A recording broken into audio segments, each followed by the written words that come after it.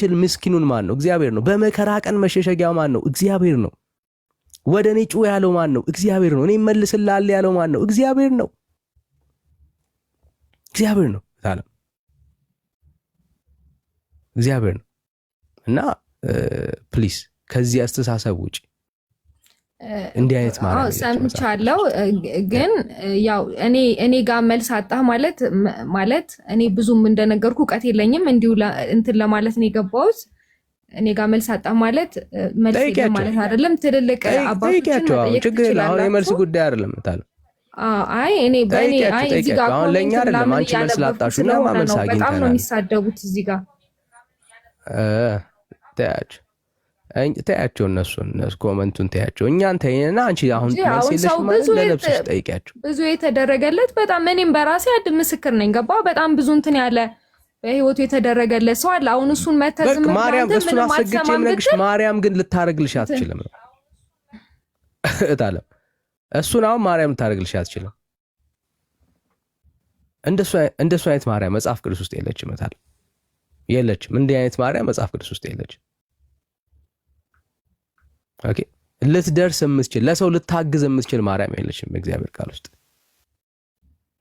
ደግሞ እግዚአብሔር እኮ እንደሚሰማ ማለት አንዳንዴ ባይዘው እሰማለሁ፣ ድምጼ ይሰማል። አዎ ይሰማል። እግዚአብሔር እኮ ነው ባይዘው እግዚአብሔር ለኃጢአተኛውም ለጻድቁም እኩል እኮ ፀሐይ የሚያወጣ እኮ አምላክ ነው ማለት በአንቺ ባታቂውም እግዚአብሔር ግን ያንቺን ጭንቀት እንደሚረዳ ታውቂያለሽ።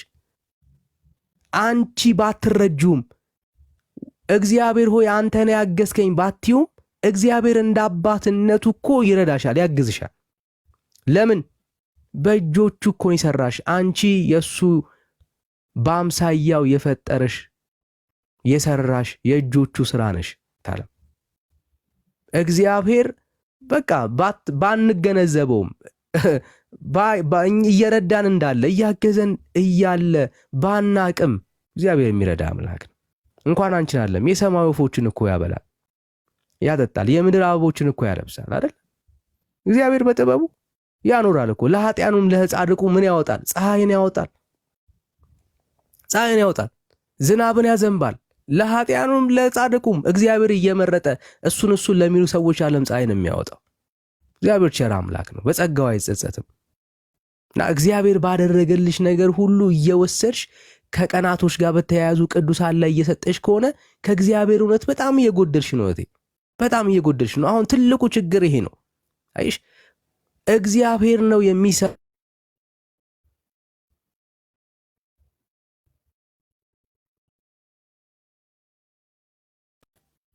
የሚታደጋችሁ የሚያግዛችሁ አቅም የሚሆናችሁ ፍጡር የለም። እና የእግዚአብሔርን ክብር እየወሰዳችሁ ለሌላ አትስጡ። በቃ አንቺ ወደ እግዚአብሔር ባትጸልይ እንኳን እግዚአብሔርን ባትለማመኙ እንኳን ከቸርነቱ እኮ እንደ ልጅ እግዚአብሔር ያጠግብሻል። ልጆች የማን ስጦታዎች ናቸው? የእግዚአብሔር ነው የሚለው መጽሐፍ ቅዱስ። ልጆች የማን ስጦታዎች ናቸው? የእግዚአብሔር ስጦታዎች ናቸው። የእግዚአብሔር ስጦታዎች ናቸው ልጆች። ስለዚህ እግዚአብሔር ልጅን ሰጥቶሽ ከሆነ የሰጠሽ እግዚአብሔር ነው፣ ማርያም አይደለችም። ለኃጢአተኛውም ይሰጣል፣ ለኦርቶዶክሱም ይሰጣል፣ ለጻድቅ ለሚባለውም ይሰጣል። ለምን? እግዚአብሔር ጻድቅ ስለሆነ፣ እግዚአብሔር ቸር ስለሆነ ይህንን የሚያደርገው እና እግዚአብሔር ባደረጋችሁ ነገር ላይ፣ እግዚአብሔር በረዳችሁ ነገር ላይ፣ እግዚአብሔር ባገዛችሁ ነገር ላይ የእግዚአብሔር ክብርን እየወሰዳችሁ የእግዚአብሔር ምስጋና ባለዳ አትሁኑ እቴ፣ አትሁኝ።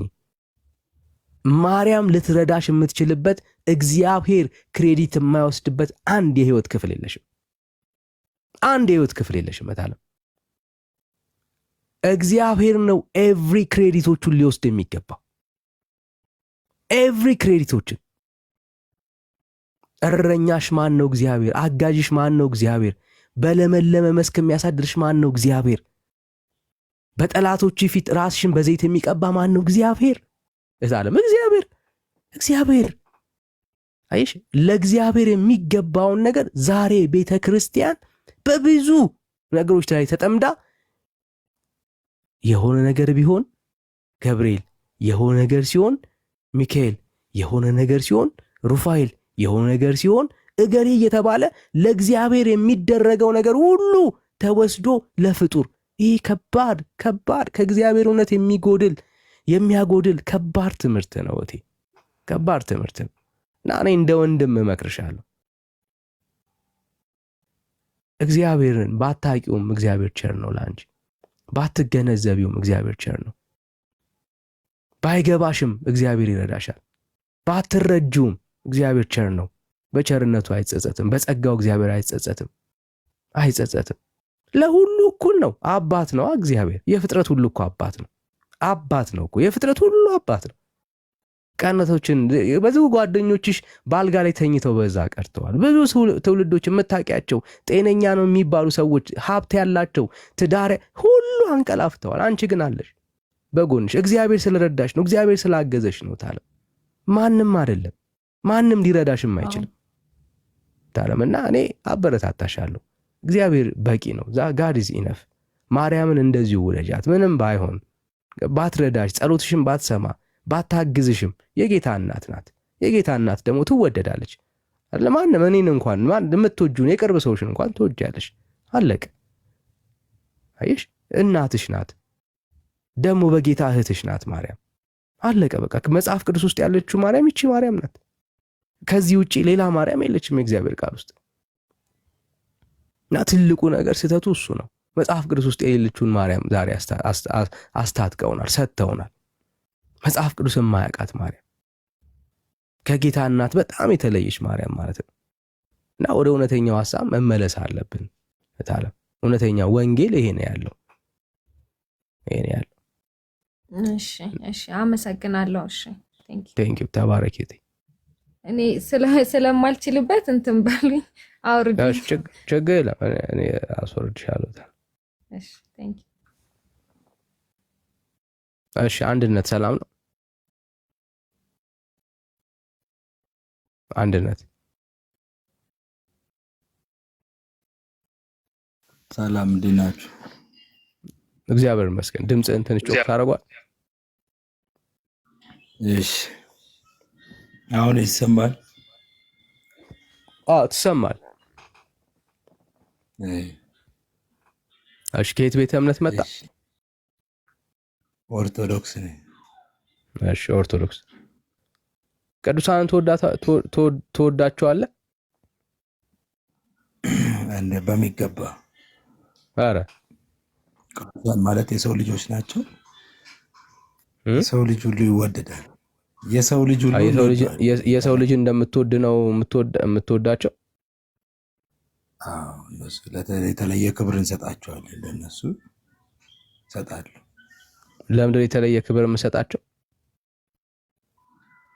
ያው እውነትን ስለያዙ ወደ እግዚአብሔር የቀረቡ ሰዎች ስለሆኑ ነው። ለእግዚአብሔር የቀረቡ። ለእግዚአብሔር ያልቀረበውን ሰው አትወደው? አይ አንወድም፣ እሱ አንወደውም አላልኩም። የሰው ልጅ ወዳለው ብያለሁ። የሰው ልጅ በእግዚአብሔር አምሳል የተሰራ ሁሉ ይወደዳል እኮ። በተለየ ታዲያ ለምን ነው እሱ ቅዱሳን የምትወደው? ለእግዚአብሔር ለእውነት የቀረቡ ስለሆኑ ነው። ክብር እንሰጣለን፣ እንወዳቸዋለን። ክብር እንሰጣለን። ኦኬ እግዚአብሔርን ስለምናቀም። እስቲ አሁን ለምሳሌ አንተ የምታረገውን የምሰጠውን ክብር እስቲ ከመጽሐፍ ቅዱስ ውስጥ አንተ እንደምታረገው ቅዱሳንን እየጠራ ቀን እየሰየመ ወደ እነሱ እየጸለየ ምስጋና፣ ዝማሬ፣ እልልታን እያቀረበ እስቲ ያከበረ አንድ ቅዱስ አሳዩን እስቲ ከእግዚአብሔር ጋር። ያው ክብር ለሚገባ ክብር ስጡ ብለዋል መጽሐፍ። እስቲ አንተ እንዳረገን ያልኩህ ወዳጅ፣ አሁን ስለ ቅዱሳን ነው እያወራሁኝ ያለሁት። ድርጊት አይደለም እኮ መጽሐፉ የሚናገረው። ክብር ለሚገባ ሁሉ ክብርን ስጡ ይላል። ስለ ቅዱሳን ነው የሚናገረው እሱ ክፍል። አዎ ክብር ለሚገባ ሁሉ፣ ለቅዱሳን ሁሉ አይደለም። ክብር ለሚገባ ሁሉ ክብርን ስጡ። ሄደን እንየው፣ ችግር የለም። ጥቀስ። ጥቅሱ አሁን አልያዝኩም። ያዘው ስላልያዝከው ነው። አየህ ስላልያዝከው ነው። ያዘው ወዳጅ። እንደገና ደግሞ ያማልዳሉ፣ እነሱ ከእግዚአብሔር ጋር ያማልዳሉ ብለው ያምናሉ። በዚህ ሰዓት ላይ ማርያም ታማልዳለች ብለህ ታምናል? አዎ እስኪ እሺ የምታማልድ ማርያም እስቲ ያሳየን ከእግዚአብሔር ቃል በዚህ ሰዓት ላይ። መጀመሪያ ምልጃ የሚለው ትርጉም አለው። እሱ አንተ የፈለግከውን ችግር የለም። እኔ አሁን የምታማልድ ማርያም አሳየን ያልኩህ ወዳጅ፣ አንተ በምትልበት አርጊውመንት የምታማልድ ማርያም አሳየን ከእግዚአብሔር ቃል። የምታማልድ ቅዱሳን እኮ ነው ያወራን ያለ ነው፣ ስለ ማርያም ነው እንዴ እኮ እንድትረዳው ነው። ማርያም አታማልድም እንዴ ከቅዱሳን መካከል? ታማልዳለች ያው ማርያም ብቻ እኮ። ስለዚህ እንደምታማልድ እስቲ ያሳየን። እሺ ሁለተኛ ቆሮንቶስ ምዕራፍ 9 ቁጥር 14 ላይ ምዕራፍ 9 ቁጥር 14 እሺ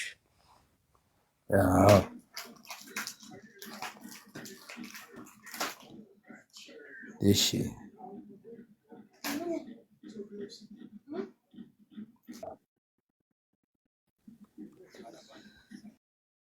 አምስት ድረስ ያለውን ማንበብ። እሺ ራሳቸውን ስለ እናንተ ሲያማልዱ በእናንተ ላይ ከሚሆነው ከሚበልጠው ከእግዚአብሔር ጸጋ የተነሳ ይናፍቋቸዋል። እዚህ ላይ የሚለው ምንድን ነው? ከእግዚአብሔር ጸጋ የተነሳ ይናፍቋቸዋል። የእግዚአብሔር ጸጋ ምልጃውን ስጦታው የተሰጣቸው እግዚአብሔር የሰጣቸው ኃይል ያ ነው። እዚህ ላይ የሚበልጠው የእግዚአብሔር ጸጋ ማ ላይ ነው አለ የሚለው? ከሚሆነው ከሚበልጠው ከእግዚአብሔር ማ ላይ ነው የሚሆነው? ያ ጸጋ ለቅዱሳኑ ነው ወይስ ለምዕመኑ ነው? ይህ ክፍል የሚበልጠው ጸጋ ተብሎ የተገለጸው ቃል የት ነው? የሚበልጥ የሚያንስ ተብሎ አልተሰጠም። እናንተ ላይ ከሚሆነው ቃሉ ላይ የተገለጸውን ነው የምናወራው ወዳጅ። ጸጋ የተነሳ አቤት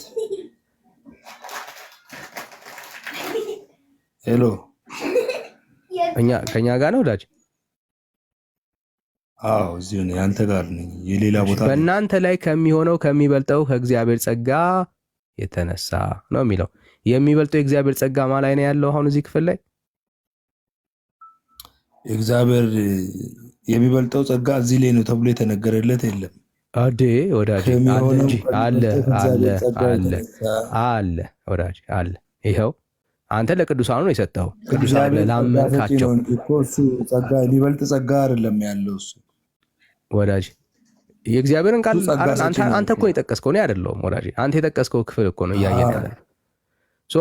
ከእናንተ በእናንተ ላይ ከሚሆነው ከሚበልጠው ከእግዚአብሔር ጸጋ የተነሳ የተባሉት እነማን ናቸው? ከእናንተ ላይ የተባሉት ከእናንተ የተባሉት እኮ ቅዱሳን ናቸው። ቅዱሳን ናቸው። የትኞች ቅዱሳን? በቆሮንቶስ ያሉ ቅዱሳን። አዎ ይሁና ታዲያ እና ቅዱሳን የተባለ ሁሉ ማለት ነው። አዎ አማኝ ሁሉ ማለት ነው። ታምናለህ ወይ ነው አሁን? ምን አልክ? ያማልዳሉ ብለህ ታምናለህ ወዳጄ? አሁን አንተ ለምታደርገው የቅዱስ የምልጃ ኮንሰፕት የሚገልጽ ሐሳብ አይደለም ማሳየት ያለብህ። አሁን በዚህ ሰዓት ላይ ጻድቃን ብለህ የምታምነው ቅዱሳን ብለህ የምታምነው ማርያምን ነው። ያማልዳሉ ብለህ ታምናለህ ወይ? መጀመሪያ ወዳጄ የተጠየቅከውን ጥያቄ አስረዳ እንጂ እሱን መጀመሪያ አስረዳ። ከዛ በኋላ ወደ ሌላ ሐሳብ ደግሞ ሙቭ እናደርጋለን። ተጠይቀኛለህ ሲያማልዱ አዳምጣ ወንድሜ፣ ያማልዳሉ እያለ ነው መጽሐፉ። ልክ ነው እኮ ያልኩት። አንዱ ስለ ቆሮንቶስ ስላለው ካልክ እንደሚያማልዱ ለዛ እንወዳቸዋለን እንላለን። ጨረስን አይደል እንዴ? ጀመርን እንጂ አልጨረስንም። እንዴት ነው? አይ በቃ ያማልዳሉ አልክ እኮ። እነማን ናቸው የሚያማልዱት? ይማልዳሉ የተባሉት እነማን ናቸው? እዚህ ክፍል ነው እኮ ጥያቄው። ማን ቅዱሳን ናቸው አልኩ እኮ። የትኞቹ ቅዱሳን? እንዴ የትኞቹ እነዛ እነኚህ የሚባላል እንዴ? ቅዱሳን የሆኑ ሁሉ እንደሚያማልዱ አታቆም። ችግር የለም እኔ ምሳሌ ሰጥቶ አስቀምጦ አታቆም። እኔ ችግር የለም አልወቅ ችግር የለም። አሁን ሌላ ደግሞ ጥቅስ ልጥቀስ። አይ እዚሁ ጋር አጥርተን ዋናው ማማለዳቸው ነው። ዋናው ማማለዳቸው ነው እኮ አጥርተን ነው የምንሄደው ወዳጅ። አጥርተን ነው እነዛ ምናምን ብሎ ነገር የለም። አጥርተን ነው የምንሄደው ብራዘር። እንደሱ አየህ፣ እናንተ ቤት ቢሆን አየህ ያማልዳል ብለናል። ያማልዳል በቃ ወዳጄ። አሁን ነኝ ተቀብላል ማማለዱ ወዳጄ። እየተደማመጥ ነው። ጨረስክ ሐሳብህን? እሺ ሌላ ጥቅስ ውስጥ ሊንገባ ሄደን እንሄዳለን ብራዘር። አሁን እኮ የፈለግከውን ጥቅስ ጠቅሰን እንነጋገራለን። አሁን የጠቀስከውን ጥቅስ ግን ምን ማለት እንደሆነ ተረድተህ ነው የምትሄደው። ሌላ ፊዚክስ አትስራ ወንድሜ። አሁን ማማለዳቸውም ተቀብለሃል። አሁንም እነማን ናቸው ያማልዳሉ ያሉት ብራዘር? ሲያማልዱ የተባሉት እነማን ናቸው? ችግር የለም እነማንም ይሁኑ፣ እኛ አሁን ማማለዱን ብቻ ነው የሚፈለግ ነው እንጂ እነዚህ ናቸው ሰዎቹ እነዛ ናቸው የሚለውን አይደለም ሀሳቡ። ሰዎቹ ችግር የለውም እኮ ነው። አሁን ችግር ውስጥ የከተተ ኮንሴፕቱን ተቀብለሃል ወይ ነው አንተ? ችግር ውስጥ የከተተ ችግር የለውም የሚለው አባባል ነው። ችግር አለው። የእግዚአብሔር ቃል ለተጻፈለት ዓላማና በዛ ፐርፐስ ውስጥ ሲገባ ነው ችግር የለውም የሚባለው። ላልተጻፈለት ዓላማ እየጠቀስከው ችግርማ አለው። ይሄ ክፍል እያወራ ያለው እየተናገረ ያለው ጳውሎስ በቆሮንቶስ ላሉ ቤተ ክርስቲያን ይጸልዩላቸው እንደነበረ እነሱንም ይናፍቋቸው እንዳለ ነው እየናገራቸው ያለው። ለምን? በዚህ አገልግሎት ላይ አብረዋቸው ስለነበሩ ስላገዟቸው በአገልግሎታቸው ጀርኒ። አየህ፣ ይህን ሐሳብ እንዴት ታገኘዋለህ? ከቁጥር 1 ጀምረ ስታነበው ሐሳቡ ምን እንደሆነ ይረዳል። ቆይ አንዴ ብራዘር አንዴ። ስለዚህ ምንድነው እያለ ያለው? በዚያ አገልግሎት ስለተፈተናችሁ በክርስቶስም ወንጌል በማመናችሁ ስለሚሆን መታዘዝ እነርሱንና ሁሉንም ስለምትረዱበት ልግስና እግዚአብሔርን ያከብራሉ አሉ። ስለምን? ስለ ልግስና። ስለዚህ በአገልግሎታቸው ስለቆሙ፣ በአገልግሎታቸው ስላገዟቸው፣ አገልግሎታቸውን ስለደገፉ ሰዎች እነኚህ የተደገፉ ሰዎች ምን ያደርጋሉ? ይጸልዩ ነበረ፣ ደግሞ ሊያዩአቸውም ይናፍቁ ነበር። ይህንን ነው እያወራ ያለው። ኦፍኮርስ አንዱ ስለ አንዱ መጽሐፍ ቅዱስ ላይ በምድር ላይ ስላለን ጉዳይ ስለተደረገልኝ ነገር ሰው በአገልግሎት ቢቆም ለዛ ሰው ጸልያለሁ፣ አለቀ። ይሄ ማለት ግን ያ ሰው ጸሎት ሰሚ ነው ማለት አይደለም። አንተ እንደምትለው ይሄንኑ ክፍል ወስደ ለማርያም አፕላይ ማድረግ አትችልም። ማርያም በዚህ ሰዓት ላይ ለአንተ አማላጅ ልትሆንበት የምትችልበት ጥቅስ አይደለም ወዳጄ። ይሄንን ነው እያወራን ያለ ነው። አየህ፣ በዚህ ክፍል ላይ ያለውን አውድ ተከትለ የምትሄድ ከሆነ አንዱ ስለ አንዱ መጸለይ እኛ ቤተክርስቲያናችን በደንብ የሚታመንበት ጉዳይ ነው። ጴንጤ የሚታወቀው በዛ ጉዳይ ነው። አንዱ ስለ አንዱ ይጸልያል፣ ምንም ጥያቄ የለበትም። አሁን እያወራን ያለ ነው አንተ ግን ማርያም በዚህ ሰዓት ላይ ታማልዳለች ላልከው ትምህርት ግን ይሄ ማስረጃ ሊሆን አይችልም ነው ያልን ያለ ነው። ለምን? እዚህ ክፍል ላይ እየተነገረ ያለው በቤተ ክርስቲያኖች ስላለ በጎነት፣ እርዳታ፣ ከአገልግሎት ጎን መቆም፣ ስለሱ የተደረገን ቸርነት በማሰብ የተደረገላቸው አገልጋዮች እንደሚናፍቋቸው ደግሞም እንደሚጸልዩላቸው ነው የሚናገረው። ብራዘር አሁን ጥያቄው አንተ በዚህ ሰዓት ላይ ማርያም ጸሎትና ልመና እንደምትሰማ ሌሎች ቅዱሳንን በሰማይ ያሉ የአንተን ጸሎትና ልመና እንደሚሰሙ ማስረጃ ስጠን። እሱን ነው እየጠበቅን ያለ ነው ብራዘር። እሺ ጨርሰሃል አይደል? ማስረጃ ስጠን። እሺ አሁን ደግሞ ሌላ ጥቅስ እሰጣለሁ። አሁን ታውን ያንተን ይጨርስ ብዬ ነው እኔ ያንተን ሐሳብ ሌላ የቀድሙ ላይ ስለ ምልጃ ጥቅስ ልሰጥ ነው። ዮሐንስ ወንጌል ምዕራፍ 9 ዮሐንስ ወንጌል ምዕራፍ 9 ከቁጥር 31 አንብብ። እኔ ላንብብ እንዴ? ምዕራፍ 9 አንብብ፣ ደስ ይለኛል። አንተ አንብብ በቃ ጥሩ ነው። ቁጥር ስንት ላይ ልጀምርል? 31 ላይ አንብብ። 31 እግዚአብሔርን የሚፈራ ፈቃዱንም የሚያደርግ ቢኖር ያንን እግዚአብሔር ይሰማዋል እንጂ ኃጢአተኛን እንደማይሰማ እናውቃለን ይላል። እሺ አሁን አየህ፣ እኛ ቅዱሳን ስንል ለእግዚአብሔር የቀረቡት እነሱን እንደሚሰማ ለዛ ነው እናከብራለን። ኃጢአተኞችን ደግሞ አይሰማም ይላል መጽሐፍ። ታዲያ አሁን ችግሩ እኮ ምን መሰለህ? እነሱ እናንተን እንደሚሰሙ ማስረጃ ስጡን ነው እኮ ጥያቄው። እግዚአብሔርማ ይሰማል፣ ምንም ጥያቄ የለውም። አሁን ጥያቄው እናንተ ቆይ ወዳጅ እና ማርያም አንተን እንደምትሰማ ማስረጃ ስጠኝ ከእግዚአብሔር ቃል። አንተን ማርያም ኃጢአተኛውን እየሰማች እግዚአብሔር ደግሞ ኃጢአተኛውን የማይሰማበትን መጽሐፍ ቅዱሳዊ ማስረጃ ስጠን ብራዘር። እግዚአብሔር ኃጢአተኞችን አይሰማም ብለህ ደምድመህ ማርያም ግን ኃጢአተኞችን ትሰማለች እያልክ እግዚአብሔር ላይ ትቀልዳለህ። ሌላ ጥያቄ ነው። ራሱ ነው ብራዘር፣ ጥያቄ ነው። ራሱ ነው ማርያም ትሰማለች፣ አይዞ ብራዘር። አዳምጥ። ዳንኤል ነው ስሜ። አዳምጥ። እሱን ነው እየጠየቅኩ ያለሁት ወዳጄ። ከቀደም ጀምሮ ማስረጃ ስጠኝ። ቅዱሳንን ትወዳቸዋለህ? ቅዱሳንን ትወዳቸዋለህ ወይ? እንዴት ታከብራቸዋለህ ብለህ ጠየቅ። ስትጠይቅ እኔ ደግሞ መልስ ጥቅስ ሰጠው አይደለ እንዴ? እኮ ምልጃ አልከን እኮ ወዳጄ፣ ምልጃ አልከን። ይሄ ስለ ምልጃ የሚናገር አይደለማ። ቆይ ልጨርሳ፣ አንተ ጣልቃ አትግባ እስቲ። አይ የተጠየቅከውን ጥያቄ እሺ፣ አልዘልም፣ ወደ አንተ እመጣለሁ። ና እንጂ። እና ለዚህ ጥያቄ መልስ እየሰጠው ነው። አንተ ለጠየቅከው ጥያቄ ምንድን ነው ጥያቄ? ምልጃ። አንተ ለጠየቅከው ጥያቄ መልስ እየሰጠው ነው። አሁን በዛ ላይ ደግሞ አንተ ትደርባለህ እና ሌላ ደግሞ ጥያቄ ታመጣለህ። እንዴት ያግባባናል? ከተደረበብህ ግልጽ ላድርግልህ ጥያቄውን። መጀመሪያ ይሰማሉ አይሰሙም አይደለም ጥያቄ። አንተ ስለ ምልጃ ነው ይሰማሉ አይሰሙም ሳይሆን ያማልዳሉ አያማልዱም የሚለውን እስቲ አሳይ ነው ያልከው። ደግሞ ሌላ ጥያቄ ጠየቅከው መጀመሪያ ላይ ቅዱሳን ለምን ትወዳቸዋለህ? ለምን ታፈቅራለህ? ለየት ያለ ነገር አለ ወይ ብሎ ነው የጠየቅከው። አሁን ሁሉ የምታወራው የአንተን የልብን ፍላጎት ነው። እኔ የጠየቅኩ ጥያቄ ከመጀመሪያ ጀምሮ ወዳጅ፣ ይሄ ያንተ ሀሳብ ነው። ጥያቄ ሲመልስ የአንተን ጥያቄ ላይ ጥያቄ እየመለስኩኝ መጽሐፍ ቅዱሱን ሙሉ መጨረስ ነው እንግዲህ። አሁን ጥሩ እሱን እኮ ነው ደስ የሚል። አሁን ከፉከራ ባለፈ አውጣውና የመጀመሪያ ጥቅስ የመጀመሪያ ጥቅስ ጠየቅኩ። ለምን እንደወዳቸው ደግሞ እያሳየው ነው። ሌላ ጥያቄ አትጠይቅ። አንዴ ወዳጅ፣ የመጀመሪያ ጥቅስ ጠየቅኩ የለኝም አልከን።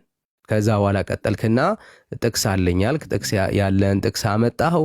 እዛ ክፍል ላይ አማላጅ ስለመሆናቸው ይናገራል ወይ ብለን ስናወራ አንተ ዛሬ ላይ ለምታምናቸው ቅዱሳንና ጻድቃን አፕ ላይ የሚሆን ጥቅስ አይደለም ዘለን ነው። ሁለተኛ ጥቅስ አመጣ። እዚህ ጥቅስ ላይ ደግሞ እግዚአብሔር ሰሚነቱን ነው እንጂ የሚናገረው ቅዱሳን ሰሚ ስለመሆናቸው አይናገርም። ምን ማለት ነው? ምልጃህን ለአንተ እንደሚያደርጉ ቅዱሳን ለአንተ ምልጃን እንደሚያደርጉ አይናገርም። አለቀ። በዚሁ ፖይንት ላይ በጣም የሚገርምህ ነገር አንድ ፖይንት ልጨምርልህ። አሁን ድረስ ኃጢአተኛ እግዚአብሔር እንደማይሰማ የምታውቅ ከሆነ ኢየሱስ ክርስቶስ ያስፈልጋል። አየህ፣ ጻድቃንና ቅዱሳን የምትላቸው በክርስቶስ ኢየሱስ የተሰሙ በክርስቶስ ኢየሱስ አምነው ሕይወት ያገኙ የዳኑ ሰዎች ናቸው። ስለዚህ አሁንም አንተ እግዚአብሔር እንደማይሰማ ኃጢአተኛ እንደሆንክ የምታስብ ከሆነ ቅዱሳን ሳይሆን የሚያስፈልጉ ኢየሱስ ነው የሚያስፈልግ። አየህ፣ ለቅዱሳን እግዚአብሔር ጸሎታቸው እንዲሰማ ድፍረት የሆናቸው እግዚአብሔር በልጁ በክርስቶስ ኢየሱስ አምነው ነው። ወዳጄ፣ አንተም ኃጢአተኝነትና በደለኝነት የሚሰማ ከሆነ ክርስቲያን አይደለም ብራዘር። ኢየሱስ ያስፈልጋል። መጀመሪያ ያለብህ ከቅዱሳን አይደለም። ለኃጢአተኛ መድኃኒት የዓለምን ኃጢአት ያስወገደ የእግዚአብሔር በግ ኢየሱስ ክርስቶስ ነው። ስለዚህ ኢየሱስ ይቅደም ለአንተ ህይወት። አለቀ። ከዛ ውጭ እዚህ ክፍል ላይ ከአንተ ጋር ከቅዱሳን ምን አልከኝ? እሺ፣ አንተ ጥያቄ ደራርበህ ጠይቃለህ። አንተ ጻድቅ ነኝ ብለህ ነው የምታስብ? አዎ፣ በኢየሱስ ጻድቅ። መጽሐፍ አንደኛ ዮሐንስ አውጣ እስቲ። አንደኛ ዮሐንስ በኢየሱስ ጸድቅ ያለው ጥያቄ ካለ ጠይቀኝ ወዳጅ። ያንተ ጥቅስ አንተ አምጥተህ ታብራራው። አንደኛ ዮሐንስ ጻድቅ እንደሆንኩኝ ነው ቃሉ የሚናገረው። አሁን ርዕስ ለመቀየር አትሞክር ወዳጅ። ችግር የለም፣ እኔ ታስረዳለህ አንተ። አሁን አንደኛ ዮሐንስ አውጣ። ከእኔ ጋር ነው የምታወራው አሁንና እኔ ነኝ ርዕስ የምሰጠህ አንተ አይደለም። ሌላ ቀን እንዴት እንደጸደቅን እናስረዳለን። ጥያቄ ከሆነብህ ደግሞ ልረዳህ ላግዝህ እችላለሁ። አሁን ሌላ ማስረጃ አለ። አንተ ጨርሳለህ። ሰምቻለሁ አለ ማስረጃ ሰጥቻለሁ። ዮሐንስ ወንጌል ምዕራፍ 9 ከቁጥር 31 ላይ ሄሎ አለን ጋይስ አለው። የኔ ድምጽ ይሰማል? ዳኒ ያለህ በደንብ ያ። ሌሎቻችሁ ምት ለምን እንደምትከፍቱት ግን በጌታ ሰው እያወራ አለ። አዳምጥ። እሺ፣ አንድ ጊዜ የኔ ሀሳብ አዳምጥና ሌሎች ጊዜ እንሰጣለን። ይሰማል? ኖ ማስረጃ ነው ብራዘር። ያንተን ሀሳብ ሳይሆን ማስረጃ ነው የምፈልገው ወዳጄ። ማስረጃ ወዳጄ። እሺ፣ ማስረጃ ይኸውልህ ምዕራፍ ዮሐንስ ወንጌል ምዕራፍ 9 ከቁጥር 31 ያመጣሁት የቅዱሳን ጸሎት እግዚአብሔር ይሰማል ይላል። ይኸው እግዚአብሔር ይሰማል ይላል። የእነሱን ጸሎት ስለሚሰማ ነው ብዬ ነው ያመጣው። ይሄኔ እኮ እሱ ማምጣት እኮ ከጥያቄው ጋር አይገናኝም እኮ ከጥያቄው ጋር አይገናኝም። ጥያቄ ለዛ ነው እነሱ ጸሎት ስለሚሰማ የኃጢአተኛ ጸሎት አይሰማም። ለዛ እነሱ እንወዳቸዋለን አልኩ። ችግሩ እኮ ወዳጅ አሁን እነሱ መውደድ ከእነሱ ጋር የሚገናኝ ነገር የለውም ነው። ምክንያቱም እነሱ ምንም ሊያደርጉልህ አይችሉም። ኦኬ አሁን እነሱ መሰማታቸው አንተ እንድትሰማ አያደርግህም። ምክንያቱም እግዚአብሔር ይሄንን ሲል ኃጢአተኛን አይሰማም የሚል ትምህርት የለውም የእግዚአብሔር ቃል። ትልቁ ስህተቱ እሱ ነው። እግዚአብሔር ኃጢአተኛንም ይሰማል። ይህንን የምታውቀው ጌታችን ኢየሱስ ክርስቶስን ጸሎትን አስተምረን ብለው በመጡ ጊዜ ጌታችን ኢየሱስ ክርስቶስ ምንድን ነው ያስተማራቸው? ጸሎትን ያስተማራቸው። አሁን አንድ ነገር ጥቅስ ልስጥ። አሁን ደግሞ ልጨርስልህና አንዴ ልጨርስልህ። ይሄ እግዚአብሔር ኃጢአተኛን እንደማይሰማ ማርያም ግን ጸሎትን እንደምትሰማ ኃጢአተኛ እንደምትቀበል ማሰብ ራሱ እግዚአብሔርን መሳደብ ነው። ሊትራሊ እግዚአብሔርን መሳደብ ነው። አየህ ማርያም እየሰማች እግዚአብሔር ካልሰማ በጣም ከባድ ነው እንዴ። ከእግዚአብሔር ይልቅ እኮ የሚራራ የሚያግዝ ማንም የለም። አየህ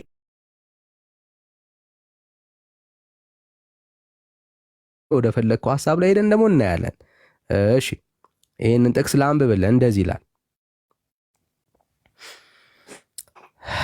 እሺ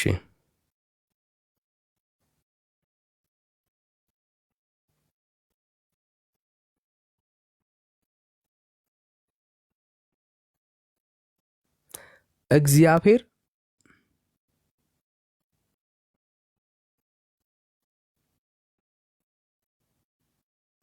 እንደዚህ ይላል፣ ከኃጢአት በቀር በነገር ሁሉ እንደኛ የተፈተነ ነው እንጂ በድካማችን ሊራራልን የማይችል ሊቀ ካህናት የለንም ይላል። አዮ በአዲስ ኪዳን ላይ ለአማኞች የማይራራ ሊቀ ካህን የለንም። የሚራራ ሊቀ ካህን ያለን። ምን ማለት ነው? በድካምክ በኃጢአት ስትወድቅ ስትዝል ከማርያም ይልቅ የሚራራ የሚያግዝ አንተ የምታልፍበትን ነገር አንደርስታንድ የሚያደርግ ሊቀ ካህን አለ። አየህ ኢየሱስ ክርስቶስ ሊቀ ካህናችን ነው። በድካማችን የሚራራልን ነው ጌታችን ኢየሱስ ክርስቶስ። አሁን ጥያቄው ምንድን ነው? ወደ ቅዱሳን የምታደርገውን ምልጃ መጽሐፍ ቅዱሳዊ በሆነ ማስረጃ ልታቀርበው አትችልም። ካለ ሙቭ ማድረግ እንችላለን፣ ግን ከዚህ ከጨለማ ነገር እንድትመለስ በጌታ ፍቅር አበረታታለሁ። ከማርያም ይልቅ ኢየሱስ ይራራልሃል ወዳጅ። ከገብርኤል ይልቅ ኢየሱስ ይራራልሃል። ከጻድቃን መላእክቶች ጋር የሚወዳደር የለውም ጌታ፣ የሚወዳደር ነገር የለውም ብራዘር። ካለ ልቀበል። እሺ ጨርሰሃል አንተ። አንደኛ ዮሐንስ መልእክት ምዕራፍ 1 ከቁጥር 8 አውጣ እስቲ። እሺ አንደኛ ዮሐንስ ምዕራፍ ስንት? ምዕራፍ 1 ከቁጥር 8።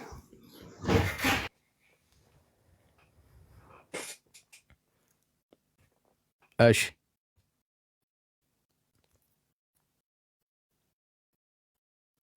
ላንብብልህ።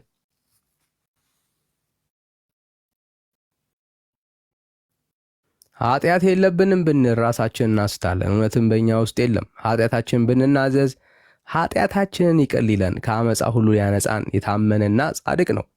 ኃጢአትን አላደረግንም ብንል ሐሰተኛ እናደርገዋለን፣ ቃሉን በእኛ ውስጥ የለም። ከምልጃ ጋር ምን ያገናኘዋል? ከቅዱሳን ጋር ምን ያገናኘዋል? እሺ የእኔ ሀሳብ አዳምጥና መልስ ይሰጣል። አንተ አሁን እኔ ቅድም ጻድቅ ነኝ ስትል ነበር። ኃጢአት የለብኝም እያልክ ነው አንተ። ጻድቅ ነኝ ስትል አይደለም። ስህተቱ እሱ እኮ ነው። የኔን ሀሳብ ማብራት ስትጀምር ሚስት አደረጋለሁ። ጻድቅ ነኝ የምትለው አዳምጥ። የኔ ሀሳብ ልጨርስ እኮ ስለ እኔ አታውራ። እንደዛ ከሆነ ስለ እኔ አታውራ። ችግር የለም። እኔ ስለ አንተ ጋር አወራው ነው እንጂ ምን ሌላ ሰው ጋር አወራለሁ? ስለ እኔ ምን ችግር አታውራ አለ? ነው። እኔ ያላልኩትን ለማውራት የኔ ገባ ነው ማለት ነው። ማውራው እንጂ አንተ ሌላ ነገር አላወራም። አባቴ ማነው ዳንኤል? አሁን ብራዘር የአማርኛ ኃጢአት ችግር አለ የለብንም ወዳጅ። ብንል ራሳችን ኮሚኒኬሽን ላይ እናስታለን። እውነትን በእኛ ውስጥ የለም አለ። እሺ አሁን ይሄም ኃጢአት ያለብን ጻድቅ ነኝ ብላችሁ አትናገሩ ነው መጽሐፍ ቅዱስ አይልም ብለው እንደዛ እና ዮሐንስ አይልም። ወንጌል ቆይ ችግር አሳየኝ የለም አዳም አሳየኝ። ጻድቅ ነን ብላችሁ አትናገሩ የሚል መጽሐፍ ቅዱሳዊ ማስረጃ ስጠን። እሱ ኃጢአት የለብንም ማለት ምን ማለት? ጻድቅ ሰው ኃጢአት አለበት የጸደቀ? ወዳጅ ቆርጠ ስለምታነብ እኮ ነው። ቆርጠ ስለምታነብ ነው። አየህ ችግር የለም። ክፍሉ የሚጀምረው ቆርጦ ሀሳቡ የሚጀምረው ያሳያል። ከቁጥር 6 ነው። የኔ ሀሳብ አንዴ ስማ፣ የኔ ሀሳብ ስማ መጀመሪያ፣ ከዛ ታስረዳለህ። እኔንም እኮ ወደ እናንተ ለመሳብ አንድ የኔ ሀሳብ መስማት አለብህ አይደል እንዴ? እኮ እኛን ሳታስገባን በራስህ አውራና ችግር የለም። አሁን እኛን ግን ስታስገባ ውሸት እየዋሸ እንደሆነ ስለሚሰማኝ በመሀል እገባለሁ። ወዳጅ ችግር የለም። እኔ ውሸት ሳታስገባኝ ግን ከዋሻውም በኋላ ኦርቶዶክስን ታሳያለህ። አንተን ራስህን ችለህ ማውራት አንተን ትችላለህ። ችግር ማስገባው የለም። እኮ ለማስረዳት ነው። አሁን እዚህ ፉክክር ሆነ እኮ ነገሩ። እንዴት ይሻላል? ያ አንተን ችለህ አሁን አንተ ራስህን ችለህ ካወራ ችግር የለም። ሰማ ስለ ራስህ ስለ ወንጌል ነው ኦርቶዶክስ እያወራ የምትሰብክ አይደለ እንዴ? መጽሐፍ ስለ እኔ ቅዱስ ላይ ያለ ስታወራ ግን ነገር ነው የሚሰብክ፣ በመሀል ሌላ ገባ ነገር አትሰብክም። እኮ እኔን አታንሳኝ። ራስህን አቤት ችለህ አውራ ችግር የለም። እሰማሃለሁ። እሺ አሁን ስለ ኃጢአተኛ ራስህ እንደሆንን ኦርቶዶክስ ነው ጻድቅ ኃጢአተኞች ነን በደለኞች ነን ብለህ ልታወራ ትችላለህ ወዳጅ። ኃጢአት የለብንም ብንል ራሳችን እናስታለን ብሏል መጽሐፉ እና ኃጢአተኛ እንደሆንን ነው የምናገረው።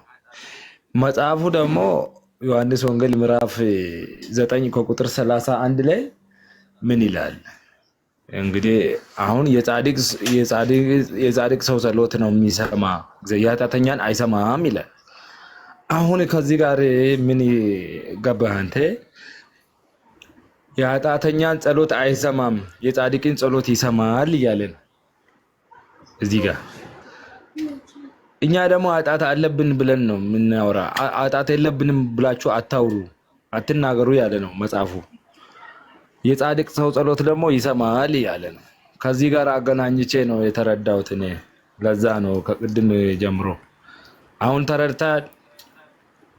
አዎ ችግሩ ምንድን ነው? ይሄ ሀሳብ የተጻፈውን ሀሳብ አንደርስታንድ አለማድረግ እንደሆነ እያየሁኝ ነው። ሁለቱም ክፍሎች አንድ ላይ አዋሃደ የምታያቸው ክፍሎች አይደሉም። ምክንያቱም የኛ የመሰማት ድፍረታችን ከኃጢአት መራቃችን አይደለም። የመሰማት ድፍረታችን የተቀበልነው በክርስቶስ ኢየሱስ የሆነልን ህይወት ነው። ለአብዛኛው ኦርቶዶክሳውያን ይሄ ህይወት ርቋል። እኛ ድፍረታችን ማን ነው ካልክ በክርስቶስ ኢየሱስ ያገኘነው የጽድቅ ህይወት ነው። እግዚአብሔር እኛን አጽድቆናል፣ ድነናል ብለን የምናምን ሰዎች ነን። ኃጢአተኞች ነን ብለን የምናስብ አይደለንም። ለምን የማንለው? በክርስቶስ ኢየሱስ የዳነና የጸደቀ ሰው ስለሆነ ማለት ነው የምናወራው። አሁን የምታወራው የጸደቀ ሰው ነው፣ በክርስቶስ ኢየሱስ ደም የዳነ ሰው ነው የምናወራው። እና ስለዚህ ሁለቱ ክፍሎች የሚገናኙም ሐሳቦች የላቸውም። ለምንድን ነው የሚገናኝ ሐሳብ የሌላቸው ካልክ በጣም ሲምፕል ነው። የእግዚአብሔር ቃል እንደዚህ ይላል። ይኸው ክርስቲያን በመሆናችን ምን ኮራበት በጣም ደስ የሚለን በእርሱ ሥራ በማን? በክርስቶስ ኢየሱስ በእርሱ ሥራ ሁላችን በአንድ መንፈስ ወደ አብ መግባት አለንና። ወደ ማን? ወደ አብ። በማን? በክርስቶስ ኢየሱስ ሥራ።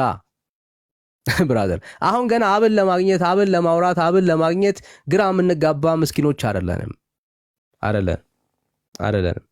በማን ሥራ? በክርስቶስ ኢየሱስ ሥራ አብ ጋር እንደምንገባ እምነት ያለን ሰዎች ነን። ድፍረት ያለን ሰዎች ነን። መግባት ሆኖልናል። እግዚአብሔርን ስንፈልግ ጌታን ስንፈልግ ጌታን እንደምናገኝ ግልጽ ነው። ለምንድን ነው ካልክ በእርሱ ሥራ። በማን? በክርስቶስ ኢየሱስ ሥራ ሁላችን። ብራዘር አንዳንዶች አረ በፍጹም እንደው ጻድቃን ተመርጠው አይደለም። ሁላችን በክርስቶስ ኢየሱስ ያመንን ሁሉ በክርስቶስ ኢየሱስ ሥራ ወደ አብ የመግባት ድፍረት አለን። ቀጥሎ እንደዚህ ይላል፣ በደንብ ሰማይ። እንግዲያስ ከእንግዲህ ወዲህ ከቅዱሳን ጋራ ከማጋራ ከቅዱሳን ጋራ ብራዘር የቀደም ጸሎታቸው ይሰማል ብለህ ካሰብካቸው ሰዎች ጋራ ባላገሮችና የእግዚአብሔር ቤተሰቦች ናችሁ እንጂ እንግዶችና መጻተኞች አይደላችሁም ይላል የአምላኬ ቃል። ከማርያም ከጳውሎስ ከጴጥሮስ ጋራ እኛ ሁላችን ምንድነን? አብረን ወራሾች ነን። አብረን መንግስቱን ወራሾች ነን ብራዘር። መጻተኞች አይደለንም፣ እንግዶች አይደለንም፣ ባላገሮች ነን፣ ወራሾች ነን። ይህ ነው የእግዚአብሔር ቃል። እኔ አሁን ኃጢአተኛ ነኝ ብዬ አላስብም። የክርስቶስ ኢየሱስ ደም አለልኝ። ኃጢአት ብሰራና ዘዛለሁ። የጸደቅኩት የዳንኩት መግባት የሆነልኝ ከቅዱሳን ጋር ባላገር እንድሆን አብሬ ወራሽ እንድሆን ያደረገኝ በክርስቶስ ኢየሱስ የተሰራው ስራ ነው። ስለዚህ አሁን አንተ ስቲል ኃጢአተኛ እንደሆንክ የሚሰማ ከሆነ ደግሞ ከቅዱሳን ጋር አብረ ወራሽ እንዳልሆንክ ማርያም፣ ገብርኤል ደግሞ ሌሎች ጻድቃን የምትላቸው ብቻ የእግዚአብሔርን መንግስት እንደወረሱ የምታስብ ከሆነ ኢየሱስ ያስፈልጋል። ድፍረት ያጣኸው በክርስቶስ ኢየሱስ ስላላመንክ ነው። እና ወደ ክርስቶስ ኢየሱስ በወንጌል እውነት አምነህ ልክ እኛ እንደምንለው የማለት አቅም እንድታገኝ አበረታታለሁ። አንደኛ ዮሐንስ ላይ የሚናገረው ደግሞ በብርሃን ስላልተመላለሱ ሰዎች ነው የሚያወራው። ቁጥር 6 ሄዳ አንብበው። ከርዕሱ ከዚህ በላይ መራቅ አንችልም። እንቀጥላለን። ጸጋ ይብዛል። ሌላ ማስረጃ ከሌለ ቅዱሳን እንደሚያማልዱ እስካሁን አላሳየህንም። ወደ ሌላው አልፋለሁ ማለት ነው። ካለ ግን እቀበላለሁ። አንድ ጊዜ ወደ ቅዱሳን አማላጅ ስለመሆናቸው ማስረጃ ስጠኝ። ቅዱሳን አማላጅ ስለመሆናቸው ማስረጃ በቂ ማስረጃ ሰጥቻለሁ። ሌላ መጨመር ከፈለክ አለ። አንደኛ እስካሁን ድረስ አንተ ማርያም አማላጅ ለምትላት ማርያም ማስረጃ አልሰጠንም ወዳጄ። ራስህን ለመደበቅ ችግር የለም። አንተ ማርያም ለምን አንተ ማርያም ላይ ችግር አለ እንዴ? አንተ ላይ ማስረጃ ስለሌላችሁ ነው። ማስረጃ ሳይኖራችሁ የምታምኗት አማላጅ ብላችሁ የምታምኗት ስለሆነች ማስረጃ ግን የላችሁ። እንግዲህ ጥሩ ያወራኝ ነው አሁን ድረስ ቅዱሳን ብለህ ነው የጻፍከው። ቅዱሳን ፍቅር ማስረጃ ስለሌላችሁ ወዳጄ ካለ ልቀበል፣ ከሌለ ግን ጊዜ አታባክን። ሌላ ሰው ደግሞ አልፋለሁ ወዳጄ። አንደኛ ጢሞቴዎስ ቁጥር 2 ምዕራፍ 2 ከቁጥር 1 ላይ አለ ብያለሁ እኮ። እሺ አንደኛ ጢሞቴዎስ እንግዲህ ለማርያም ሊነግረን ነው የማርያምን አማላጅነት። እሺ አንደኛ ጢሞቴዎስ ማርያም ላይ አይደለም፣ እኔ ቅዱሳን ሁሉ ላይ ነው ያልኩት። ማርያም ብቻ ለምን ትላለህ? ማርያምን እንደሚመለከታት ታሳየናለህ። በዚህ ሰዓት ላይ እንደሚመለከታት ታሳየናለህ። ስለ ማርያም ብቻ አይደለም፣ ስለ ቅዱሳን ሁሉ ነው የምናወራ እንዴ። እናንተ ቅዱሳን ብለህ ለመደበቅ እየሞከርክ ስለሆነ ቅዱሳን ብለህ ስታስብ እኔ ጻድቃን አንድ ጊዜ እኔ ጥቅስ ጻድቃን ብለህ ስታስብ ማርያም ቅዱስ አይደለችም ወዳጄ። አንዴ ጻድቃን ብለህ ስጠራ ማንን ነው ጻድቃን ብለህ የምታስበው? እስኪ ንገረን። በእግዚአብሔር የሚያምኑ በክርስቶስ የሚያምኑ ሁሉ ቅዱሳን ናቸው ብዬ ነው የነበርኩ ያለሁት። አሁን የንስሐ አባት ጻድቅ ነው እንዴ? ይሄ ጻድቅ ነው ያ ጻድቅ ነው ለመባባል አይደለም የመጣ ነው። አሁን ጻድቅ ነው ወይ የንስሐ አባት ወዳጄ? አንተ ራስህ ነው የምትደበቅ። ኧረ አትደበቅ ወዳጄ አትደበቅ። የንስሐ አባት ጻድቅ ነው ወይ? እስቲ መጽሐፉ ለምን አታነብም? ለምን ትፈራለህ? የንስሐ አባት ጻድቅ ነው ወይ? እግዚአብሔር ነው የሚያውቀው እሱ። የንስሐ አባቱ ጻድቅ ይሁን አይሁን እግዚአብሔር ነው የሚያውቀው። እሺ ቅዱስ ነው? በክርስቶስ ኢየሱስ የሚያምን ሁሉ እኔ ቅዱስ ነው ብዬ አምናለሁ። ቅዱስ ታዲያ ቅዱስ ከሆንክ ቅዱስ ወደ ቅዱስ ይጸልያል እንዴ ወዳጄ? ብራዘር ምን ችግር አለው? ኃጢአተኛ ብራዘር ኃጢአተኛ ነኝ እያልክ አልነበር እንዴ ቅድም? አሁን ቅዱስ ነኝ ደግሞ ኬታ መጣሁ እንዴት ተገለበጥክ? በክርስቶስ ኢየሱስ የሚያምን ስል እኮ ማመን እንዴት ነው? አንተ ማመኔን ማን ነው የሚያውቅ? እስቲ ንገር። አሁን ስለሱ ዓለም እየጠየቅኩ አምኛለሁ ስላልክ ጓዳምጣ ዳንኤል እየጠየቅኩ ነው። መልስ እየጠበቅኩኝ ነው። በክርስቶስ ኢየሱስ አምኛለሁ ስላልክ መልስ እየጠበቅኩኝ ያለሁት ወዳጄ። እኔ ስለ አንተ ነው የጠየቅኩ። የንስሐ አባት ጻድቅ ነው ወይስ ጻድቅ አይደለም? አታውቀውም። ጻድቅ ይሁን አይሆን አታውቀውም አይደል? መልስ የሰጠው እኮ በክርስቶስ ኢየሱስ በእውነት የሚያምን ሁሉ ጻድቅ ነው ብዬ አምናለሁ አልኩ። ጸድቋል። አሁን የንስሐ አባት ጻድቁ ገሌ ተብሎ ይጠራል?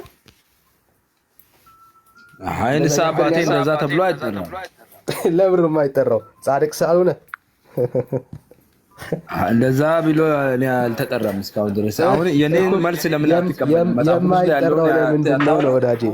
የማይጠራው ለምንድን ነው? ለምን ፈራ? አሁን አንደኛ ጢሞቴዎስ ጋር ያለው ፈራ። ጻድቅ ስላልሆነ ነው ወይ ወዳጄ?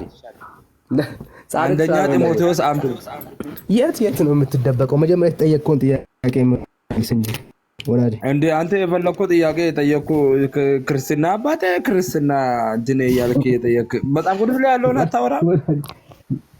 ዳኒ የንስሐ አባት ጻድቅ ናቸው ወይ ጻድቅ አይደሉም? የስ ጻድቅ ካልሆነ ወደ ጻድቅ ወደ የንስሐ አባቴ ንስሐ የሚጸልዩት ሄደው ኃጢአት የሚያስተሰርዩት ኃጢአታችን የሚናዘዙት ወደ ጻድቅ አቤት ሆነ። ዳኒ እሺ፣ ሌላ ሰው ደግሞ ጊዜ መስጠት አለብን። ጻድቅ አይደለም ምን አልክ አንተ? ጻድቅ አይደለም የንስሐ አባት እዚህ ጋር ብዙ ሰዎች ቀምጠዋሉ እና የንስሐ አባት ጻድቅ አይደሉም። የንስሐ አባት ጻድቅ አይደለም ያልከን ያለው ስለና ንስሐ አባቴ የተጻፈ መጽሐፍ ቅዱስ ላይ የለም። ስለዚህ እርግጠኛ አይደለም ጻድቅ ነው። አሁን የተጻፈውን አንደኛ ጢሞቴዎስ ላይ ያለውን አውራ። አሁን አትደብቅ ያለ አንተ እዚህ ውስጥ ችግር የለም። ንስሐ አባት ውስጥ አትደብቅ። አይዞ ብራዘር፣ አይዞ ራጅ፣ አይዞ ቻል አድርገው ብራዘር፣ ችግር የለም። ቻል አድርገው። እሺ፣ ደግሞ ቀደም አንድ ጥያቄ አለኝ እኔ፣ እሷን እመልሳለሁ፣ ይወጣሉ። በቃ እሺ። ጢሞቴዎስ አንደኛ ጢሞቴዎስ ምዕራፍ 2 አወጣው። እሺ ቆይ ሁለት ጥያቄ ነው የምጠይቀው። አንደኛ ጢሞቴዎስ እሱ እኔ ጥቅስ የሰጠው ነው። ጥያቄ ልጠይቅና አንተ ታወራለህ። ሙት አደርጋለሁ። ሙት አደርጋለሁ። አንተ ነው ያመጣው። አንተ ነው የምታስረዳኝ። ችግር የለም አስረዳለሁ። እሱን አይደለም የምታስረዳ። እኔ ሌላ ጥያቄ አለ። ድኛለሁ ብለሃል። ቀደም አልዳንክም ወዳጅ። አሁን ሀሳቡ ነው ያወራው ወዳጅ። ምን ሆነ ነው? እሺ አይደለም ድኛለሁ ለምን አልክ መጀመሪያ? ድኛለሁ ብለሃል። የዳንከው ነገር የለም ማለት እንዳንተ አካሄድ ድነት ያንተ ድነት ልክ አይደለም። ችግር የለም። እሱ አሁን ሀሳቡ ነው ያጢሞቴዎስ እንኳን ምን ትክክል አይደለም። ክርስትና አባቴ እኮ ጻድቅ አይደሉም እያልከን ነው እኮ ወዳጅ። ችግር የለም። በኋላ ነው እሱ ሌሎቹ ጊዜ ከተጠቃለ ታወራለህ። ችግር የለም። ድኛለሁ ስትል ነበር በመጀመሪያ። ያንተ ንስሐ አባት ነው እንጂ ያልጸደቁት እኔ ጸድቄያለሁ። ልዩነታችን እሱ ነው። ያንተ ንስሐ አባት አልጸደቀም፣ እኔ ግን ጸድቄያለሁ። ቀጥል ወዳጅ። አሁን ሀሳብ አንተ እንዴት ጸደቅክ የሚለውን አሳይና አንደኛ ጢሞቴዎስ እናወራለን። እሺ አንደኛ ጢሞቴዎስ ቀጥል። እንዴት ነው ጸደቅክ አንተ? ከሞነ ርዕስ አትቀይር እና ቀጥል። እየጠበቅኩ ነው። እሺ ርዕስ በኋላ ግን እችን አስረድተህ በወጣ ጥሩ ነው። ችግር የለም። በኋላ ነው አንደኛ ጢሞቴዎስ ይላል እንዴት እንደጸደቅኩ አሳያለሁ። ችግር የለም። እሺ እሱ ጥሩ ነው። አንደኛ ጢሞቴዎስ ምዕራፍ 2 ከቁጥር 1 ላይ ልመናና ጸሎት ምልጃም ለነገስታት ለመኳንንት ሊደረግ እመክራለሁ። ጸሎትም ምልጃም ይላል። ይኸው እንግዲህ ለማን ነው አቅርቡ እና ጸሎትና ምልጃ ሊደረግ ይገባል። ለማን ነው የሚቀርበው? ይሄ ለነገስታት ለመኳንንት ሊደረግ ይገባል ይላል እኮ። ወደ ማን ነው የሚደረገው እንዴ? ወደ እግዚአብሔር ነው። ልመና ምልጃ የሚደረገው ለማን ነው ታዲያ? አንተ ምልጃ የምታደርገው ወደ ማን ነው? እኔ አማልድ ብዬ የምለምን ለቅዱሳን አማልዱኝ ይላሉ። አሳየን። ወደ ቅዱሳን አማልዱኝ ያላችሁ ጸልዩ የሚል አሳየን። ወዳጅ ይሄ ክፍል የማያወራው ነው የምታወራው። እኛ የጠየቅን ሌላ፣ አንተ የምታመጣው ሌላ። እዚህ ክፍል ላይ የሚናገረው ወደ እግዚአብሔር ምን አቅርቡ፣ ጸሎትና ልመናን ምስጋናን አቅርቡ እያለ ነው ያለው። ወደ እግዚአብሔርማ ማቅረብማ ግዴታችን ነው። አማኞች አይደለን እንዴ? ጸሎትና ምልጃ ነው የሚለው። ታዲያ ምልጃውን ወደ ማን ነው የሚቀርበው? ብራዘር ምልጃ ላይ ለምን እና አንተ ምልጃ አታደርግም? አሁን ለኔ ለጸሎት አትጸልይም? ይኸው ልመናና ቆይ አንዴ ወዳጅ ቅድም ምንድን ነው ያልከው? አንዱ ስለሌላው መለመን ይችላል ስትል ነበረ። በእኛ ቤተክርስቲያን ብለህ አላስረዳኝም? እዚህ ላይ አንዴ ተረጋ በል። ይኸው ልመናና ጸሎት፣ ምልጃም ምስጋናም፣ አየህ፣ ስለ ሰዎች ሁሉ፣ ስለ ነገስታት፣ ስለ መኳንንት ሁሉ እንዲደረጉ ከሁሉ በፊት እመክራለሁ። ይሄ የሚደረገው ወደ ማን ነው? ወደ እግዚአብሔር ነው የሚደረገው። አየህ፣ ወደ እግዚአብሔር አዎ ይደረጋል። አየህ፣ ችግሩ ምንድነው? እናንተ ወደ ፍጡር ነው የምታደርጉት። ወደ ፍጡር አታርጉ። ከፍጡር ህይወት ውጡ። ማርያም የምትባል ምልጃ የሚደረግላት የለችም። ወደ ማርያም ምልጃ አድርጉ፣ ጸሎት አድርጉ ወደ እግዚአብሔር እኮ ነው። ለነገስታት ለመኳንንት አድርጉ እያለ አንተ ታዲያ ለምን ወደ ማርያም ታደርጋለህ? እግዚአብሔር አድርጉ እያለ ነው እዚህ ላይ። አንተ ለምን ታዲያ ወደ ማርያም ታደርጋለህ? አቤት አንተ ለምን ቅዱስ ስለሆነች ነው። ቅዱስ አንድ ቅርንጫፍ ላይ ያለን ሰዎች ነን እኮ ወዳጅ። ስለ እግዚአብሔር የሚያወራውን ጥቅስ እየጠቀስክ ስለ ማርያም አፕላይ አይደረግም። የእግዚአብሔርን ቃል እንዴት ነው የምትፈታው? ይሄ ክፍል ምልጃና ስለ ቅዱሳን ሁሉ አውራ። ማርያም ላይ ብቻ ለምን ትኩረት ታደርጋለህ አንተ? ምልጃን የምትቀበል ከፍጥሩ ሁሉ በላይ የሆነች ብለህ ስለምታስብ፣ ከፍጥረታት ሁሉ በላይ ከፈጣሪ በታች ብለህ የምታስባትን እሷን እያሳየን ለእሷ እንኳን ማስረጃ የለም እያለን ያለ ነው። ቤተ እምነት ምን ያህል የእግዚአብሔር ቃል እንደ ራቃት ማሳያው ይሄ ነው። አየህ፣ ከፍጡር በላይ ከፈጣሪ በታች ያልካት እንኳን ምልጃን ከፍጡር በላይ ምናምን አላወራንም። እኛ ስለ ምልጃ ነው ያወራን ያለ ነው። አታምንም እንዴ? በሱ ሌላ ነገር አትግባ፣ አትደበቅ። እኔ አሁን ጥያቄ ጠይቄያለሁ። አንተ ነው ያስለመድክ። ትደበቃለህ አትደበቅ እያልክ አንተ ያስለመድከው ቃል ነው። ለዛ ነው ዳጄ። ስለዚህ ቆይ አንዴችን ቃል ልጨርሳት ለሚሰማን ሰው ማለት ነው። ይኸው እየተመከረ ያለው ጢሞቴዎስ ምንድን ነው? እሱ ምስጋናን፣ ጸሎትን፣ ምልጃን ስለ ነገስታት፣ ስለ ሰዎች ወደ እግዚአብሔር አቅርብ እያለው ነው ያለው። በቃ ወደ እግዚአብሔር አቅርቡ። ወደ እግዚአብሔር ብታቀርቡማ ማንም የሚጠይቃችሁ የለም። ችግሩ እናንተ ኃጢአተኛ ነን በደለኛ ነን እያላችሁ ወደ እግዚአብሔር አታቀርቡ። ስለዚህ አሁን መጀመሪያ ማድረግ ያለባችሁ ወደ እግዚአብሔር የሚደረገውን ጸሎት ወደ ፍጡር እያረጋችሁ ነውና ከኃጢአት ከበደላችሁ እንድትታጠቡና የእግዚአብሔር ልጅ ሆናችሁ ድፍረት እንዲኖራችሁ በኢየሱስ ክርስቶስ እመኑ። ማርያም ያጸደቀው ነገር እዚህ መጽሐፉ ላይ ያለው ይለያያል። አሁን ልመናና ጸሎት ምልጃ ለነገስታት አቅርቡ እያለ ነው እኮ። እኛ ነን እኮ ልመናና ምልጃ የምናቀርበው ላይ ለነገስታት አይልም፣ ስለ ነገስታት ነው የሚለው። ደግማ አንብበው እግዚአብሔር። እሺ ስለ ነገስታት አቅርቡ እኮ ነው እያለ ያለው። ታዲያ ስለ ነገስታት ለማን ነው የሚቀርበው? ለእግዚአብሔር ነው። እኛንን እኮ እንደው ያለው አንተ ለማርያም አታቅርብ። ተመለስ ወዳጅ፣ ለእግዚአብሔር አቅርብ። ወይ ማርያም እንደሆነ አንተ ማርያም ጥላቻ ለምን እንደዚህ እንደሆነ አላውቅም እንጂ ትምህርታችሁ አለኝ የምትሏት አማላጃችሁ እንደ እግዚአብሔር ቃል እንዳልሆነች ማሳየት ነው ዓላማ። ብራዘር ብሎ መጥራቴ ራሱ አንድ ነገር ነው። ችግር የለም ወዳጅ፣ አይዞ። ዋናው እሱ ነው። በቃ መልስ ከሌለ ወደ ሌላ ሰው ሄዳለሁ። ተባረክ። የኔ ቅድም አልመለስክም። ለምንድን ነው ሌላ ሰው የምትሄድ? ርዕስ አለኝ አውራጭ፣ ርዕስ አለኝ። ገባኝ። አንተ ድኛለሁ ብላል። ምን እንዴት አድርገህ ዳንክ? የለም የዳንክበት መንገድ እኮ ትክክል አይደለም። ችግር የለም። እሱን ደግሞ ሌላ ቀን ስለ መዳን ስናወራ ደግሞ እናሳያለን። ምን ታሳያለህ? አሁንም እኮ ጥቅስ ሰጥቻለሁ። አንድ ጥቅስ አልሰጠኝም አንተ። እሺ በል ደህና ደር።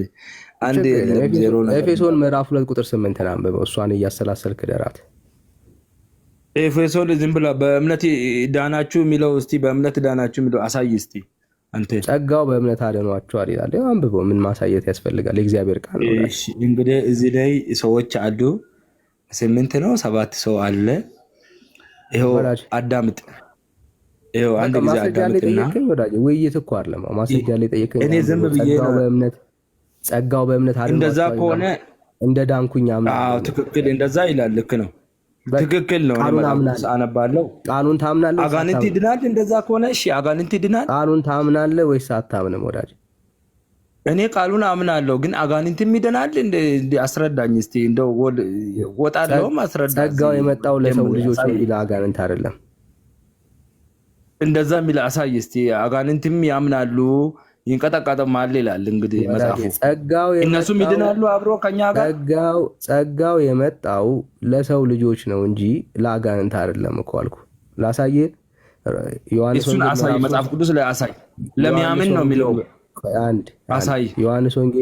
ዮሐንስ ወንጌል ምዕራፍ 3 ቁጥር 16 ላይ እግዚአብሔር አምላክ አንድያ ልጁን እስኪሰጥ ድረስ ዓለምን እንዲሁ ወዷል ይላል። አየህ፣ እግዚአብሔር አንድያ ልጁን የሰጠው ዓለም በልጁ በክርስቶስ ኢየሱስ አምኖ የዘላለም ሕይወት እንዲያገኝ ነው። እዚህ የእግዚአብሔር ጸጋ የተገለጠው በልጁ ነው። እዚህ ልጁን እግዚአብሔር የሰጠው ለሰው ልጆች ነው እንጂ ለአጋንንት አይደለም። ስለዚህ የእግዚአብሔርን ቃል አንብብ። አንተ ከአጋንንት ትሻላለህ። ለሰው ልጆች ብቻ አይልም ዳጊ። አሁን እኔ ጌታን እቀበላለሁ። እውነት ትክክል ከሆነ እኔ ቀልድ አላውቅም። እንደዚህ አይነት ነገር ለሰው ልጆች የሚል አሳይ። እኔ ጌታን ሊቀበል እዚህ 8-7 ሰው አለ። ለሰው ልጆች የሚል የለም። አጋንንትም እንደ ፕሮቴስታንት አስተምሮ አጋንንት ይድናል ማለት ነው። አዎ ለሰው ልጆች ያመነ ይድናል ካልክ አጋንንትም ይድናል። ለአጋንንትም ነው ብለህ ታምናለህ? ይሄን አስተካክሉ። ይሄ ትክክለኛ ትምህርት አይደለም። አብሬ ከአጋንንት ጋር የምትድንበት መንገድ የለም። አረጋጋው ወዳጅ፣ አረጋጋው። ኢየሱስ የመጣው ለሰይጣንም ጭምር ነው ብለህ ታምናለህ? ለሰይጣን ለሰው ልጆች ብቻ ለዓለም ነው። ዓለም ውስጥ ሁሉ ሰይጣንም አለ አጋንንትም አለ። ለአጋንንትም ኢየሱስ ሞቶላቸዋል እያልክ ነው ያለው? ለዓለም የመጣ ለአጋንንትም ጭምር ጌታ ሞቶላቸዋል ብለህ ታምናለህ? ጥያቄ ጠይቀህ ያለ አንድ ጊዜ ለዓለም የመጣ ወዳጅ፣ ለሚያምን ሰው ደግሞ በስሙ ለሚያምኑ ለተቀበሉት ሁሉ የእግዚአብሔር ልጆች እንዲሆኑ አንድያ ልጁን ሰጥቷል ይላል መጽሐፍ ቅዱስ። ለዛ ጥያቄ ለሚያምን ሰው አጋንንትም ስለሚያምን ይድናል ብለህ አብረህ ገነት ልትገባ ነው አንተ ፍላጎት። ይሄ ትምህርት ትክክል አይደለም። አስተካክል። ጴንጤ ሁሉ አስተካክል። ጥያቄ አለ ወዳጄ። ወዴት ነው ሰላሙን? ወዴት ነው ሰላም የምንለው ወዳጄ? ኢየሱስ የሞተው ለሚያምን ሰው ለሰው ልጆች አይደለም፣ ለዓለም ሁሉ ነው የሞተው። ለሚያምኑ ደግሞ ይድናል ነው መጽሐፉ የሚለው። ወዳጄ ያመነ ይድናል ነው የሚለው አይደለ እንዴ? እናንተ ደግሞ አምኜ ድኛለሁ ካላችሁ አጋንንትም ያምናል። ይሄን ትምህርት አስተካክል ነው የምለው ወዳጄ። የእናንተ ዶክትሪን አስተካክል። እሺ ሰማው። የምናስተካክለውን እናወራበት ነው። የጠየቅኩን ጥያቄ ግን አትዝለለው። ኢየሱስ ክርስቶስ ለአጋንንቶችም መጥቷል ብለህ ታምናለህ? እኔ ኢየሱስ ክርስቶስ ለአጋንንት መጥቷል አልመጣም የሚላል ለዓለም ሁሉ ነው የመጣ። አሁን የጠቀስኩት ዓለም ሁሉ ብሎ ሲያወራ አጋንንትን ነው እያወራ። ለዓለም የመጣ ለሰው ልጆች ብቻ መጣ የሚል የለም። ለዓለም መጣ ይላል። ለሚያምን ደግሞ ይድናል ይላል። ከዛ አጋንንት ደግሞ ያምናል። የተጠየቀውን ጥያቄ መልስ አውራጄ። ለአጋንንት ነው ዋጋ የከፈለው ወይስ አይደል? ለአጋንንት ዋጋ ከፍሏል እያልከን ያለው ወይስ አይደለም? ለአጋንንት የሚል ለሚያምን ሰው ይድናል ነው እንጂ ለዓለም ነው የመጣ እሱ። ወዳጄ ዓለም ስትል ዓለም ብሎ ሲናገር ሰይጣንን የሚያካትታል ወይ? እየጠበቅኩ ነው ያለሁት። አዳምጥ። ያዕቆብ ደግሞ የሚናገር ምንድን ነው? በማመንማ አጋንንትም ያምናል፣ እንደዛ ከሆነ ይድናል ማለት ነው ብሎ ምሳሌ ሰጥቶ ያስተማረ ነው። ይሄ የምትረዳ ከሆነ አስረዳ። መጽሐፉ ችግር የለም። ይሄ ትምህርታችሁ ነው እኮ ፕሮቴስታንት እንዳልሆነ ያደረገ ኦርቶዶክስ እንደሆነ ያደረገ። ለአጋንንት መጥቷል ዋጋ ከፍሏል እያልከን ያለው ለአጋንንት አይደለም፣ ለሚያምን ሰው ይድናል ነው ጥያቄው። ኤፌሶን 2:8 ላይ የሚናገረው ትምህርት አንተ እሱን እንደዛ ቀጥታ የምትቀበል በቃ እታች ሆነ ስም አየው። በቃ ያው መመለስ ካልቻልክ ገብቶሃል ማለት ነው። ዋናው የጠየቅከኝ ጥያቄ ተመልሶልሃል ማለት ነው። ስለዚህ እኛ ድነናል፣ ጸድቀናል። ችግሩ ምንድነው? ያንተ ንስሐ አባቴ የምትለው አልጸደቀም። አይገርምም? የንስሐ አባቴ የምትለው ማለት ነው። ሄደ ኃጢአቴን የምትናዘዝበት እሱ አልጸደቀም። ስለ መጽደቁ አታውቅም። ስለ መዳኑ እርግጠኛ አይደለም። አየህ፣ አንተ በተያዝክበት በሽታ ለተያዘ ሰው መድኃኒት ፍለጋ ትሄዳለህ ማለት ነው። እሱም መድኃኒቱን አያውቅም፣ አንተም መድኃኒቱን አታውቁም። በጣም በጣም ሶፈኒ ማለት ነው። አየህ፣ ሁለታችሁ ምንድን ነው መድኃኒት የላችሁም። ሁለታችሁ ምንድን ናችሁ? በሽተኞች ናችሁ። ምንም ልዩነት የለም እኮ። እሱ ምናልባት የንስሐ አባት ተብሎ ስም ተሰጥቶት ሊሆን ይችላል። ግን የንስሐ አባት ሆኖ አሁንም በምን ውስጥ ነው ያለው? በአንተ አባባል መሰረት ጻድቅ አይደለም። በአንተ አባባል መሰረት ኃጢአተኛ ነው። በአንተ አባባል መሰረት በደለኛ ነው። ሁለታችሁ ምንድን ናችሁ? ኃጢአተኞች፣ በደለኞች ናችሁ። ግን እሱ ለአንተ የንስሐ አባት ነው። ጋይስ እኛ ግን ስሙ ይባረክ እግዚአብሔር፣ በእግዚአብሔር ጸጋ የዳንን ሰዎች ነን፣ የጸደቅን ሰዎች ነን። ጸጋው በእምነት አድኗቸዋል ይላል። አዎ ድነናል፣ ጸድቀናል፣ የእግዚአብሔርን መንግስት ወራሾች አድርጎናል። ስሙ ይባረክ።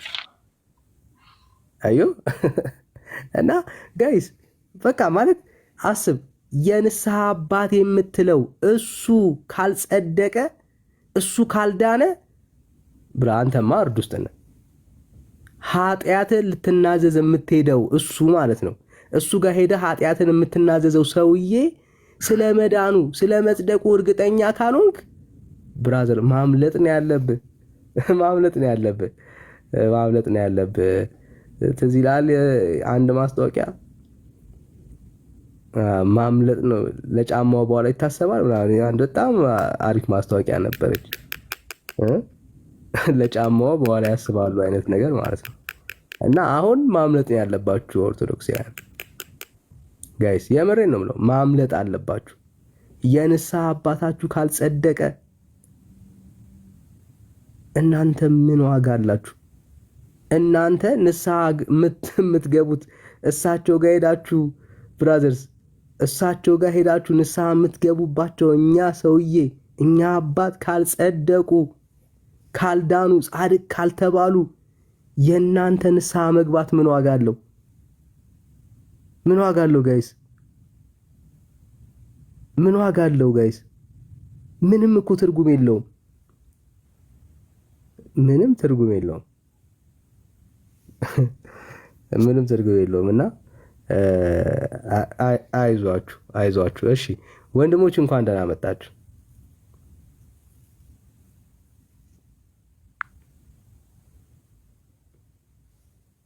ዳኒ ወይ ሰላም ነው። ጸጋ ይብዛልህ ዳኒዋ። ሁላችሁንም ሰላም ብያለሁ። እንግዳ ስለገባ እኛ በሰላምታ ባናቆየው። እሺ ኒጋፓ እንዴት ነህ? ሰላም ነው አለሁልህ። ከየት ቤተ እምነት ወዳጅ? ኦርቶዶክስ። እሺ ቅዱሳንን ቅዱሳንን ትወዳቸዋለህ? አዎ እወዳቸዋለሁ። የምር ሶሪ ግን በጣም ቆይቼ ትንሽ ባትሪ 6% ነው ካለቀ ሶሪ። በጣም ነው የምወዳቸው። ቻርጅ አድርገዋ 6%ማ ያው አያወራም። የቲክቶክ ደግሞ ወዲያው ነው የሚጨርስብህ። ኦኬ አይሻልም? በጣም ነው የምወዳቸው፣ እወዳቸዋለሁ። ቻርጅ አድርገውና ትንሽ ቻርጅ አድርግልህ፣ እስከዛ ሰካውና ሚውት አድርገው። ጠንካራ ስለሆነ ይቆያል ብዬ አስባለሁ። እሺ ለምሳሌ ማርያምን ትወዳታለህ እንዴ? አንተም መውደድ አለብህ። የጌታችን የመድኃኒታችን የኢየሱስ ክርስቶስ እናት አይደለች እንዴ? አንተ ትወዳታለህ? መውደድ አለብህ አንተም። ሁላችንም እንወዳታለን። አንተን ነው የጠየኩህ። አንተ ትወዳታለህ እንዴ? እኔ ሁሉንም እወዳቸዋለሁ አልኩህ እኮ። ቅዱሳንን እወዳለሁ ብያለሁ። እሺ ለምንድን ነው የምትወዳት ማርያምን? ለምሳሌ የጌታዬ የመድኃኒቴ የኢየሱስ ክርስቶስ እናት ስለሆነች። እሱማ እኛም እንወዳታለን። የጌታችን የመድኃኒታችን የክርስቶስ ኢየሱስ እናት እና ለምን ትወዳታለህ ትላለህ? ነው የምንወዳት፣ በጣም ነው የምንወዳት። ጥያቄ እኮ ትወዳታለህ አይባልም፣ ታመልካታለህ ወይ ነው ማለት ያለብህ። ወይ ነው ታመልካታለህ እንዴ? እኛ የምናመልክ እኛ እግዚአብሔርን ነው የምናመልክ። ጌታችን መድኃኒታችን ኢየሱስ ክርስቶስ ነው የምናመልከው። የሚያድነንም እሱ ነው። ታመልካታላችሁ ብለህ ጠይቀኝ ለምን አልከኝ ታዲያ ብራዘር? እኔም ወዳታለሁ አልክ አንተ። አትወዳትም በጭራሽ። ስለማትወዳት ማለት ነው። እኔ አሁን የጌታዬ እናት የመድኃኒቴ የክርስቶስ ኢየሱስ ለምን ትወዳታለህ እኮ ነው ያልከኝ። ለምን ትወዳታለህ ትለኛለህ? ቆይ ላሳየህ እኮ ነው። ረጋ በል ችግር የለም። አንተ ግን ለምሳሌ የጌታችን የመድኃኒታችን የክርስቶስ ኢየሱስ እናት አትወዳትም። እሱን በማስረጃ ላሳየህ ነው። ኦኬ፣ እንደዚህ አይነት እንትን ካለህ የራስ ጀጅመንት ነው የሚሆነው። አይ በማስረጃ ላወራህ እኮ ነው። እኛ ግን መውደዳችን በብዙ መገለጫዎች እንገልጻታለን። እሷን ለምሳሌ አንደኛ ከሴቶች ሁሉ ተለይተሽ ብጽዕት ነሽ ያላት፣ ከሴቶች ሁሉ የተለየች እሱን ጌታችን መድኃኒታችን። ብሩክን ማን ነው የሚያስገባው? ሶስተኛ ጊዜ እየገባ እየተደበቀ ነው ከቲክቶኩ እየወጣ ስለሆነ። ብሩክ የሚባል ኦርቶዶክሳዊ ብሩክ ባባን አይደለም፣ እንዳታስገቡት እሺ። ለሶስተኛ ጊዜ ገብቶ አስወጥቶ ተባረኩ። እሺ እንንገረው። ቆይ አይደበቅ፣ ጥሩ ኦርቶዶክሳዊ ነው። ሶስተኛ ጊዜው ነው ያ ይገባል። አትደበቅ፣ ከተደበቅ ያስወርደዋል ማለት ነው ከዚህ በኋላ። እኔ የምለው ይቅርታና ዳዲ ለምንድን ነው የምታስወጭኝ 10 ጊዜ? አንዴ እየተደበቅ ስለሆነ ቤቱ ሪፖርት ስላለው ስለተደበቅ እየሰሙ አይደል እንዴ? ፐርሰናሊ ያለው የተሻለ ከሆነ ያስወጡሃል። አታስወጭኝ 10 ጊዜ ነው የምልሽ። Can you listen? አንተ 10 ጊዜ አትደበቅ ሪፖርት ስላለው ቤቱ እየሰማሁ እኮ ነው የጠየቅከውን ነገር እየሰማሁ። አይ ብሩኬ አትቆጣታ ታዲያ። ብሩኬ ምን ያስቆጣሃል? ሶስተኛ ጊዜ አስወጣችኝ። አሁን ለምን እንደሆነ አላውቅም። ታስወጣለች። አስወጣች። በቃ ምንድን ነው ታዲያ? እሺ በቃ ቁጥር 4ኛ ቁጥር እኔ አስወጥቻለሁ። በቃ ሲምፕል ነው ወዳችን። ዳኒዋ አንተን እኮ ታውቃለህ፣ ቴሌግራም ላይ ግሩፕ አላቸው። ደን ባለፈው አሳይቻለሁ። እኛ እዛ ውስጥ አለንበት ገባ እና ሪፖርት እንዲያደርጉ ይላክላቸዋል፣ ሚሽን ይሰጣቸዋል። ታዘዋል በኃይለኛው ያ ለዛ ነው። ሶሪ ይቅርታ። እኔ ግን አላውቀውም ልጁን። ኤኒዌይ ሲደበቅ ነው ያስወጣሁት። ኤኒዌይስ ቀጥሉሽ። በቃ ገላግየዋለሁ እኮ እኔ ገላግየላችኋለሁ። ችግር የለም። ተባረክ ዳኒ። እሺ ኒጋ ኦኬ እሺ። አሁን የምትወዳት መጽሐፍ ቅዱስ ውስጥ ያለችውን ማርያምን ነው? ኦይ እኔ ስለ ጌታችን መድኃኒታችን ኢየሱስ ክርስቶስ እናት ማርያም ነው፣ ቅድስት ድንግል ማርያም ነው እያወራሁ ያለው። እሺ ግን ኦርቶዶክስ ውስጥ ያለችው ማርያም መጽሐፍ ቅዱስ ውስጥ ያለች ማርያም አይደለች። እንደሱ ለፍጹም ጀጅ ታድርግ። አሁን አንተ እየተማርኩ ነው በአንተ ቤት ማስረጃ በለኛ ብራዘር። ማስረጃ ነው የሚባለው። ኦኬ እኔ አሁን የምልህ እሷን አሁን ምንም ማስረጃ ነው የሚባለው ብራዘር። ከተናገርኩኝ ውሸት ማስረጃ በለኝ እኮ። ማስረጃ እንደማታመጣ ስለማቅ ነው። ጀጅመንታችሁ ቀድማችሁ ጀጅ የምታደርገው ነው ማለት ብቻ ነው የሚጠበቀው። ቅድስት ድንግል ማርያምን እኔ ነኝ የማቀርበው ብራዘር። አንተ ማለት ነው የሚጠበቀው። ቅድስት ድንግል ማርያምን ከማንኛውም ፕሮቴስታንት በላይ እንወዳታለን፣ እናከብራታለን። እኔ አሁን ጥያቄ እንድትመልስልህ ስለ ቅዱሳን ይኸውልህ የጻፍከውን ነው። የቅዱሳን ፍቅር በኦርቶዶክስ ላይ ብለህ የጻፍከውን አርቲክል ሮሜ 8 ላይ ቁጥር 26-27 ላይ እንድታነብል ይፈልጋሉ። እኔ መጽሐፍ ቅዱስ ስላላስኩ የጠየኩህን ጥያቄ ደግሜ እጠይቅሃለሁ። የትምህርትህን እንትን ያዝየው እንጂ ታይትልክን ወዳጅ ካልቻልክ ያው ለሚቀጥለው ሰው እድል ሰጣለሁ። አላስጨነቅም። ታይትልክን እየው እኔ አሁን አይቼው እሱ ላይ ነው የማወራው። የምትወዳት መጽሐፍ ቅዱስ ውስጥ ያለችውን ማርያም አይደለም እያልኩ ነው ያለው። ኤፌሶን 6:18 ላይ አንብብና ስለ ቅዱሳን አማላጅነት እንድትነግረኝ ይፈልጋለሁ። ወዳጅ እመልስልሃለሁ። ጥያቄ ካለብህ እመልስልሃለሁ። ግን ጥያቄ የመስማት አቅም አለ ወይስ ሌላ ሰው እናስገባ? እንደፈለክ አሁን አንተ ጋር እንትን ልል አይደለም የመጣሁት። የጠየቁት ጥያቄ ምን እንደሆነ ታውቃለህ? የምትወዳት መጽሐፍ ቅዱስ ውስጥ ያለችውን ማርያም አይደለም እያልኩ ነው ያለሁት። እኔ ማርያምን ነው ብጽዕት ብሎኛል። ዓለም ሁሉ ብጽዕት ይለኛል ይላል ሉቃስ ላይ ገብቷል። እሺ ችግር የለም። ቅዱስ ገብርኤል እሷን ነው የማከብራት፣ እሷን ነው የምወዳት። እንዳልሆነች ላሳየን፣ ችግር የለም ልርዳ። ለምሳሌ ቃል ኪዳን ተገብቶላታል የኦርቶዶክሷ ማርያም።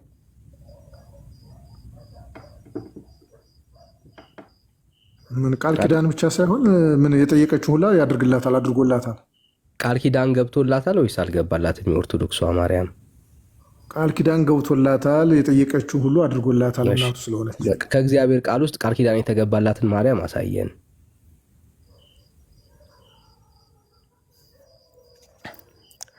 ዳኒ ጥያቄን በጥያቄ ጋር ትክክል አይደለም ግን አጠያየቃችሁ።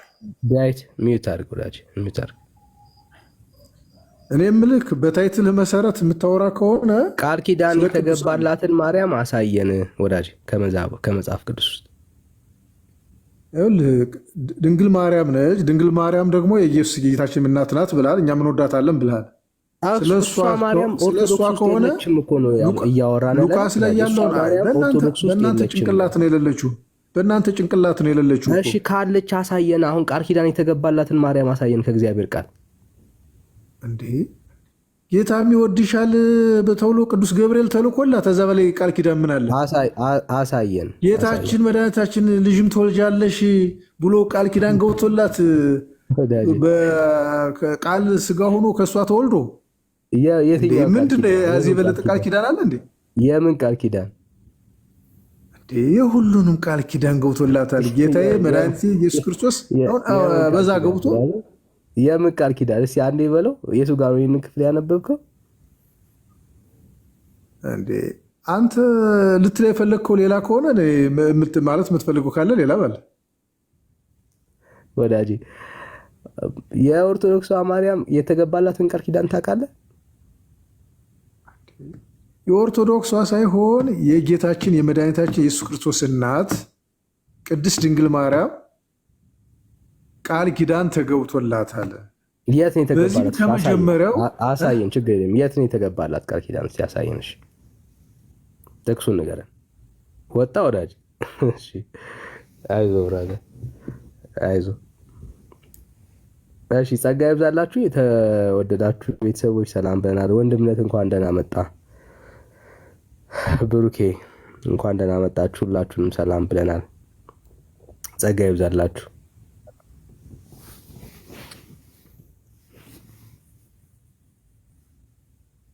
ዳኒ እንዴት አመሸ? እሺ ወንድሞቼን ነው ቀድሜ የጠየቅኩት። ሰላም ይበሉና ወደ አንቺ እመጣለሁ። ቱሪ እሺ ኤርሚ ያለ ቅድሚያ ልስጥብኝ ነው። ኤርሚ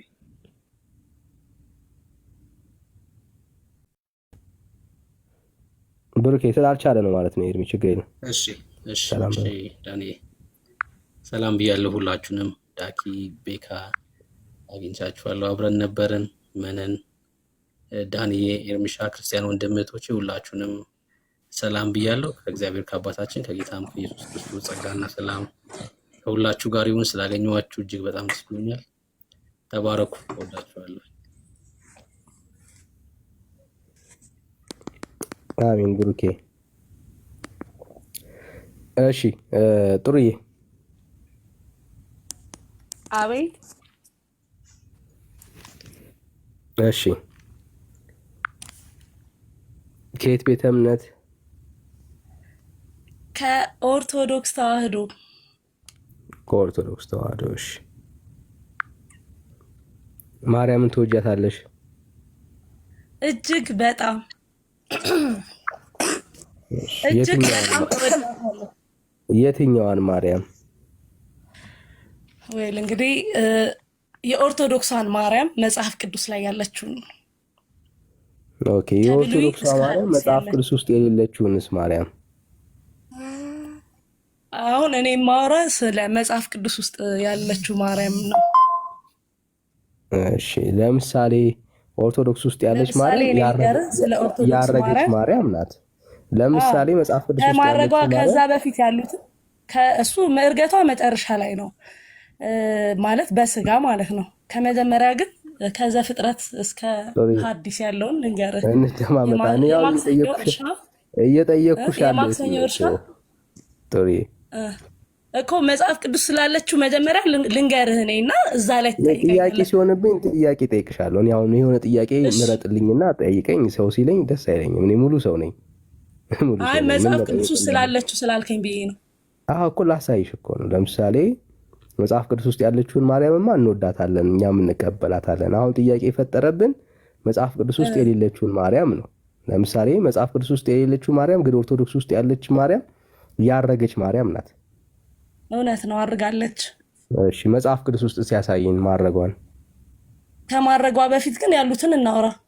እኔ እሱ አይመለከተኝም። እኔ አሁን ስላረገችው ማርያም ነው ጥሩ እንዴ መጽሐፍ ቅዱስ ውስጥ ያለችውን አይደል እንዳልከኝ።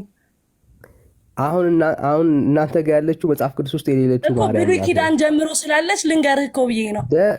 እኔ አሁን ስላረገችው ማርያም የለም በቃ ስላረገችው መጀመሪያ ምን አይነት ናት ብለህ ለጠየቀው ጥያቄ እመቤታችን ቅድስት ድንግል ማርያም በኦርቶዶክስ የኦርቶዶክስ ወይ ደግሞ የመጽሐፍ አልጠየቅኩም። እኔ እሱ ያንቺ ጥያቄ ነው። የአብርሃም ድንኳን ከማክሰኞ ጀምሮ የማክሰኞ እርሻ ናት።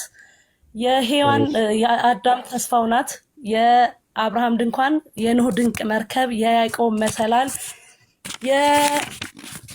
የኤልያስ የወርቅ መሶብ፣ የኢሳይያስ ጽንስ፣ የኢሳይያስ ጽንስን በድንግልና እንደምትወልድ የመሰከረላት፣ የዳንኤል ያለ ርኳቤ እንደምትወልድ የመሰከረላት፣ የፋራን ተራራ፣ የዕንባቆም ተራራ፣ የሕዝቅያስ የምስራቅ ደጃፍ፣ የቤተልሔም የሕግ መውጫ፣ የኤፍራታ የምትባል ምድር፣ የሰለሞን አክሊል፣ የዳዊት መስንቆ፣ የደናግል መመኪያቸው፣ የሐዋርያት ሞገሳቸው፣ የጻድቃን እናታቸው፣ የሰማዕታት ንግስታቸው፣ የመላእክት እህታቸው፣ የፍጥረታት ሁሉ እናት ቅድስት ድንግል ማርያም። ስለሷ ነው ማውራ። አምላክ ፍጥረታትን ሁሉ ሲፈጥር ወይም ደግሞ ከፈጠረ የማክሰኞ እርሻ የተባለበት ምድር ያለ ፍሬ ነበር ፍሬን አፍርታ የተገኘችው። ያም ማለት መድኃኒታችን ኢየሱስ ክርስቶስን ያለ ዘር እንደወለደች ማስረጃ ነው።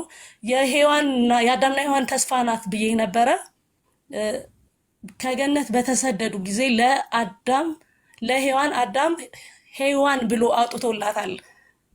ምክንያቱም የሕያዋን እናት ሕያው የተባለው ደግሞ ራሱ ክርስቶስ ነው። የኦርቶዶክሳዊ ደግሞ የመጽሐፍ ቅዱሷ እመቤታችን ቅድስት ድንግል ማርያም የሕያው የማይሞተው እናት ናት። ከዛ የአብርሃም ድንኳን፣ የኖህ ድንቅ መርከብ፣ የያዕቆብ መሰላል። የያዕቆብ መሰላል ማለት ያው ሰውና አምላክ መላእክትና ሰዎች በአንድ ላይ የዘመሩበት ማለት ነው። መቼም ይሄ ላንተ አይጠፋም ብዬ እንትን እላለሁ። ከዛ የኖህ መርከብ ደግሞ ከጥፋት ውሃ ያመለጥንባት ናት። በማን እሷ በወለደችልን ንጉሥ ከጥፋት ውሃ ሁሉ አምልጠናል። መጨረሻ ላይ ስመጣልህ ያው የሐዋርያት ሞገሳቸው የሐዋርያት ስራ ላይ ታገኘዋለህ። እመቤታችን ቅድስት ድንግል ማርያም አብራ ነበረች። በአጭሩ ግን እመቤታችን ቅድስት ድንግል ማርያም አማላጅ ናት። እሱም ገና ሉቃስ 1 ላይ መልአኩ ቅዱስ ገብርኤል ሄዶ ቶሪ እንዴ ታንጂ ያው ሰማንሽ። አሁን እያንዳንዱ እናወራበታለን እና በጣም ነው የምንወዳትና መወዳት ታውቃለህ። ኢቭን ነርቨስ ሆኜ ነው ማለት ሰው ረጅም ሰዓት አዳመጠሽ አይደል? አሁን ደግሞ መስማት ስሜ ልመጂ ጥሩ አይደለም። እሺ ያረገች ማርያም አሳይ ነው። በቃ ወደ ገደለው ይሄ እንትን መዝሙረ ዳዊት ላይ ታገኘዋለህ ማለት በዚህ ሰዓት። በነገራችን ላይ መዝሙር ስንት አባቷ ዳዊት ነው የመሰከረላት። መዝሙር ስንት አላስታውስም፣ ግን መዝሙረ ዳዊት ላይ አለ ማለት በዚህ ሰዓት ኦልሬዲ ተኝቻለሁ። መጽሐፍ ቅዱስ ምናምን ማለት ኦልሬዲ ጸሎት አድርጌ ምናምን ስለመሸ ተኝቼ ነው እንደገና የተነሳሁት። ማለት ቅድም የሆነች ከአንድነት በፊት ስታወራት የነበረችው እኔ አስታውስልሻለሁ። ማን ነው ከእሱ ጋር ከኤርሚያስ ጋር ማውራት አልፈልግም። እኔ ከአንቺ ጋር አይደለም ማውራው እያስታወስኩልሽ ነው። ለምሳሌ የክረምት እሸት የውሸት አባት ስለሆንክ ከአንተ ጋር ማውራት አልፈልግም። ኤርሚያስ የውሸት አባት ሚዩት አድርጌት። ኤርሚያስ የውሸት አባት ሚዩት ካላረግሽው ቆንጥጫለሁ። ደግመሽ ከከፈትሽ እንዴት ቆንጥጬ እንደማወርሽ ራስሽ የክረምት እሸትስ አይደለችም? የክረምት እሸት የበጋ አዝመራስ አይደለችም? እርሻነቱ ስንት ነው አለ። ይህ በሙሉ ያወራችሁ የለም እንደዚህ ነው እንመስላታለን እያሉ በቃ ከላይ እስከታች ምን ይቀራል? በሙሉ ማረጉም ምሰሶም ጽላቷም ታቦቷም እሷ ወንድ ብቻ ነች ነው ያላሏት። እንዲህ አይነት ትውልድ ነው እንግዲህ ወንድሞች እናቶች። አሁን ከመጽሐፍ ቅዱስ እያንዳንዱን አምጭና ሳይ ብለህን ወንድምነት ብትላት አንዱን አታመጣውም፣ አታውቀውም ሳይሆን መጽሐፍ ቅዱስ ላይ የለም። እና ተረቷ ትንሽ ፈገግ ስላለኝ ነው አልቻልኩም ነበረ። እንደምን ብዬ ከፈትኩኝ። ጸጋና ሰላም ይብዛላችሁ ሁላችሁንም። ተባረኩ። ሰላም ብያለሁ። እሺ ወንድምነት ብርኬ። እኔ ግን የማክሰኞ እርሻ ያለችው ትርጓሜ ተስማምቶኛል። እውነትህን ነው። አዎ ምንድን ነው ያለችው ከሰማክ፣ ምድር በማረሻ ሳትታረስ እንዳፈራችው ማርያምም በዮሴፍ ሳትታረስ ነው ሀሳቧና ማይ ጋድ ይሄኛው ተስማምቶኛል። አይ ቆይ ኤርሚዬ ግን እግዚአብሔር ምን ቀረው እኮ ምን ቀረው?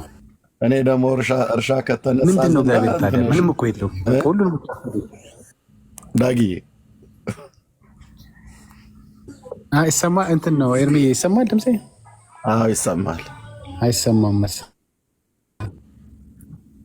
አይ እግዚአብሔር ምን ቀረው? ሁሉ ነው እኮ ማለት ምን ቀረው? እግዚአብሔር በዙፋኔ በቀር እንደሚለው ምን ቀረው? እግዚአብሔር ሁሉንም ማርያም ወሰደች እኮ። በሰማይ ያለ በምድር ያለውን እንዳለ ጠቅላላ ወሰደች እኮ።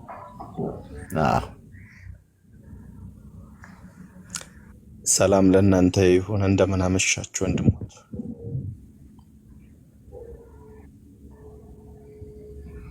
እሺ እንዴት ነህ ወንድማችን? እግዚአብሔር ይመስገን። ዳኒ ይሰማል? ወንድሞቼ ሁላችሁንም እህቶችም ካላችሁ ሰላም ብያለሁ። ምናልባት አንድ ጥያቄ ጠይቄ ትምህርት ካላችሁ ደግሞ ሰምቼ ልውረድ ይሻላል። የት ቤተ እምነት ነው ወንድማችን?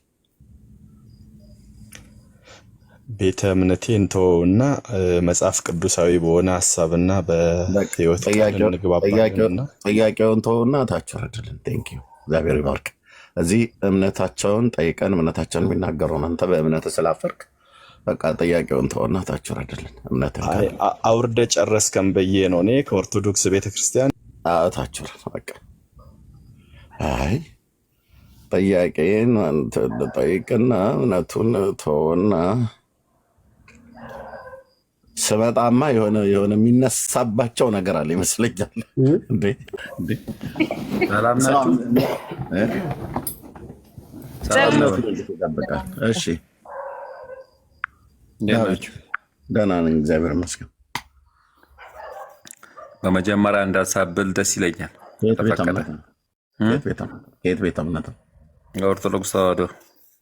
እንኳን ደህና መጣ። በቃ ሀሳቡ ላይ ብቻ ነው እና አረስቱ ላይ ብራዘር ግን በመጀመሪያ መሆን ያለበት አይ ቤቱን እኛ ነው የከፈትነው። ቤቱን እኛ ነው የከፈትነው። ጣታችንን የምንጠባ ህጻናት ልጆች አይደለንም። አካሄድና የአካሄድ ህግ ይገባናል። በመጀመሪያ በመጨረሻ መደረግ ያለውን ይገባናል። ለመጀመሪያ ጸሎት ነው። እዛ ወገኖቻችን ኦርቶዶክሳውያንን ጠራ እያወራ ነው። አንተ መካከል ላይ ገብተህ በመጀመሪያ እንደዚህ መሆን አለበት ብሎ የሚል አዲስ ህግ ለቤቱ ማውጣት አለብኝ እያልክ ይመስለኛል።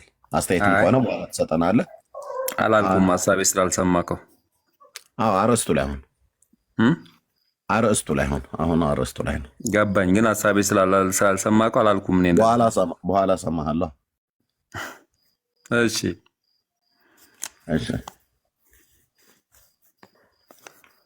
ወደ ጥያቄው አርእስቱን አይተዋል።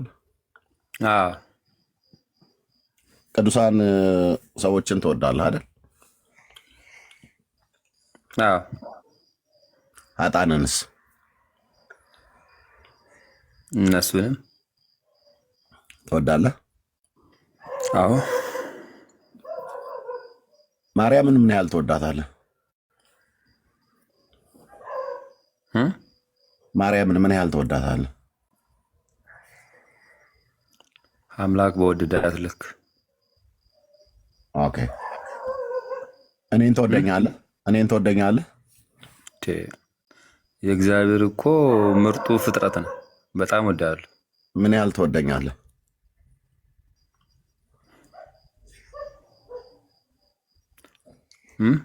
ምን ያህል ትወደኛለህ?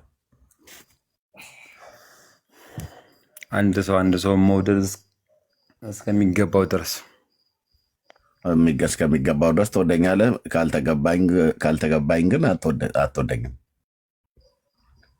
እንደዛ አላልኩም። የአንተ ትርጓሜ ነው። እሺ ምን ያህል ትወደኛለህ? እወድሃለሁ።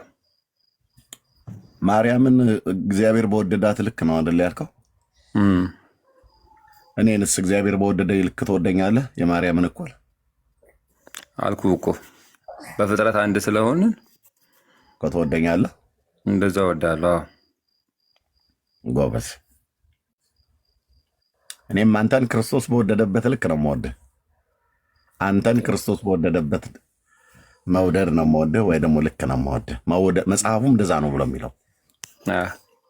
ስለዚህ በማርያምና በእኔ መካከል ያለህ መውደድ ተመሳሳይ ነው ማለት ነው። አንድ አይነት ነው ማለት ነው።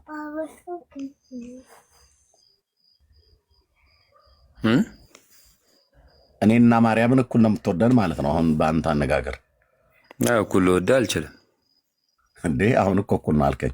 እሷን እኩል አላልኩም እኔ። እግዚአብሔር በፈጠረን አፈጣጠር እግዚአብሔር ተጠቦብን የሰው ልጅን ባሪያችን በአምሳላችን እንፍጠር ባለው ደረጃ በዛ ደረጃ እወድሃለሁ።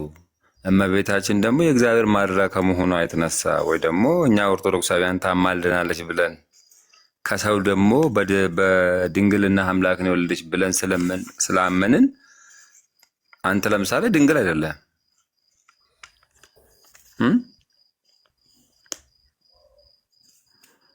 እሺ በድንግልና ነው እያየህ የምትወደው? ሌላ ድንግል የለም። ሌላ ድንግል የሆኑ ሴቶች አሉ። እኔስ መቼስ 3 ልጆች ስለወለድኩ ድንግል ነኝ ብዬ አልልም፣ እንደ ተንኮለኛ ባህታዊ ማለት ነው። ጥሩ። ስለዚህ እኩል አይደለም ከእመቤታችን ጋር። እንደገና ደግሞ አምላክን ለመውለድ እህቶች እኮ አሉ ነው ብዬ የምለው። ቅዱሳን መላእክት ገብርኤል የተገለጠላት ነች አይደለ? በቃ እኔ እዚህ ቤት በነገር ነው የሚቀበሉኝ። ዳንዬ አንተው ጨርሰው ተቀበለና ነገሩን ወስዶ ቆላልፎ ድንግል አይደለህም ብሎ ድንግል ነኝ ብዬ አሁን እንዳሳይ ነው። ምንድነው እየተፈለገ ያለው ነገር? አነጻጸርኩልህ እኮ አንተን ከእመቤታችን ጋር ስታነጻጽር፣ እኔም ደግሞ አንተን ከእመቤታችን ጋር ሳነጻጽር በምንም ልታከላ ስለማችል ያንን እሷን የምወዳትን ደረጃ አንተን ልወዳ አችልም። እንደዛ አለ ወይስ የለህም? ይህን ነገር ወደ አንተ ይግባኝ፣ ፋይሉን ላዙረው። እሺ ብሩክ እሺ ተቀበለኝ። እኔ በዚህ አይነት እዚህ ቤት ውስጥ በጣም ዳኒ እየሰራ ያለው ነገር ወደ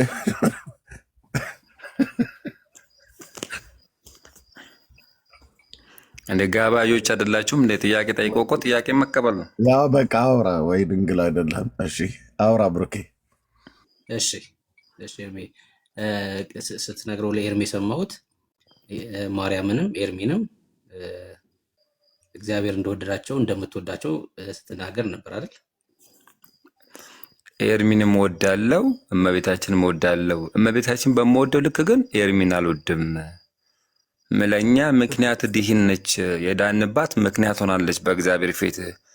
ፍቅራችሁ ኤርሚ ደግሞ ፍቅሩ ይበላለጣል። ለማርያም ያለ ፍቅርና ለኤርሚ ያለ ፍቅር ይበላለጣል። ትክክል፣ በትክክል አሁን ተረድተኸኛል። በቃ እንደዚያ ነው። እሺ ምን ያህል ነው እሷን የምትወዳት እና መውደድን በምን ነው የምትገልጸው? የእሷን በማክበር። እሺ ኤርሚንስ መውደድን በምን ነው የምትገልጸው? በማክበር። አንድ አይነት ነው ማለት ነው። በማክበር ብለኛል። ኤርሚንም ስያሜ ነው። ለምሳሌ ማክበር አልኩ እንጂ የምሰጠው ክብር ግን አላየከውም፣ የሚታይ ነገር ስለሆነ ማለት ነው። እሺ ኤርሚንም በማክበር ነው መውደድን የምትገልጸው፣ ማርያምንም በማክበር ነው። በትክክል። ምን አይነት ማክበር ነው ለማርያም? እሺ ያንተ ለእመቤታችን ለምሳሌ የጸጋ ስግደትን በመስገድ አከብራታለሁ። እሺ ሌላስ? የዕለቷን መታሰቢያ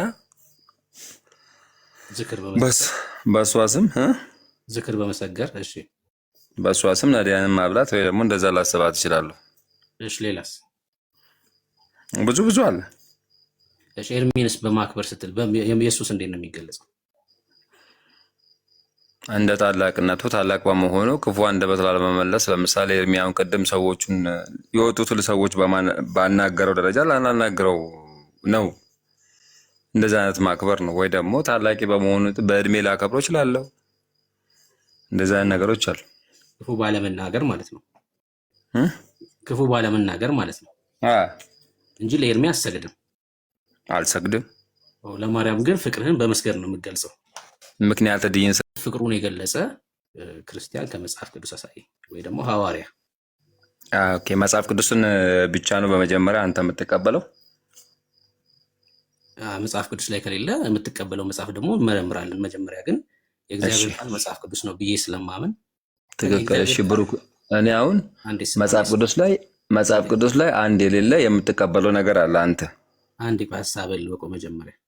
ጠይቀኸኛል። ጥያቄን እኔም ልጠይቅህ። አንዳንድ ጊዜ እድሉን የሰጣቸው ትጠይቀኛለህ፣ ችግር የለውም። ጥቅሱን እሰጥሃለሁ። ይህን ጥያቄ ጠይቄ ጥቅሱን ልስጥህ። ትጠይቀኛለህ እኮ አልኩህ። አንድ ያስፈልግ ከመጽሐፍ ቅዱስ ውጪ የእግዚአብሔር ቃል ነው ብለህ የምታምነው አለ አንተ? አዎ። ምን ለምሳሌ ከመጽሐፍ ቅዱስ ውጪ የእግዚአብሔር ቃል ነው ብለህ የምታምነው? ጥያቄን እየቀጣጠልከው ሌላ ቦታ እንዳትሄድ። አይ አይደለም፣ ሐሳብን አሁን አለ ካልኩ ብቻ በቂ ነው። ተመለስ። እሱ ደግሞ እንደ ማስረጃ የምጠይቀኝ ከሆነ በኋላ ስትጠቅሰው የእግዚአብሔር ቃል እየጠቀሰ ነው ብዬ እንዳውቀው። ለምሳሌ የትኛውን መጽሐፍ ነው የእግዚአብሔር ቃል ነው ብለህ የምትቀበለው ከመጽሐፍ ቅዱስ ውጪ?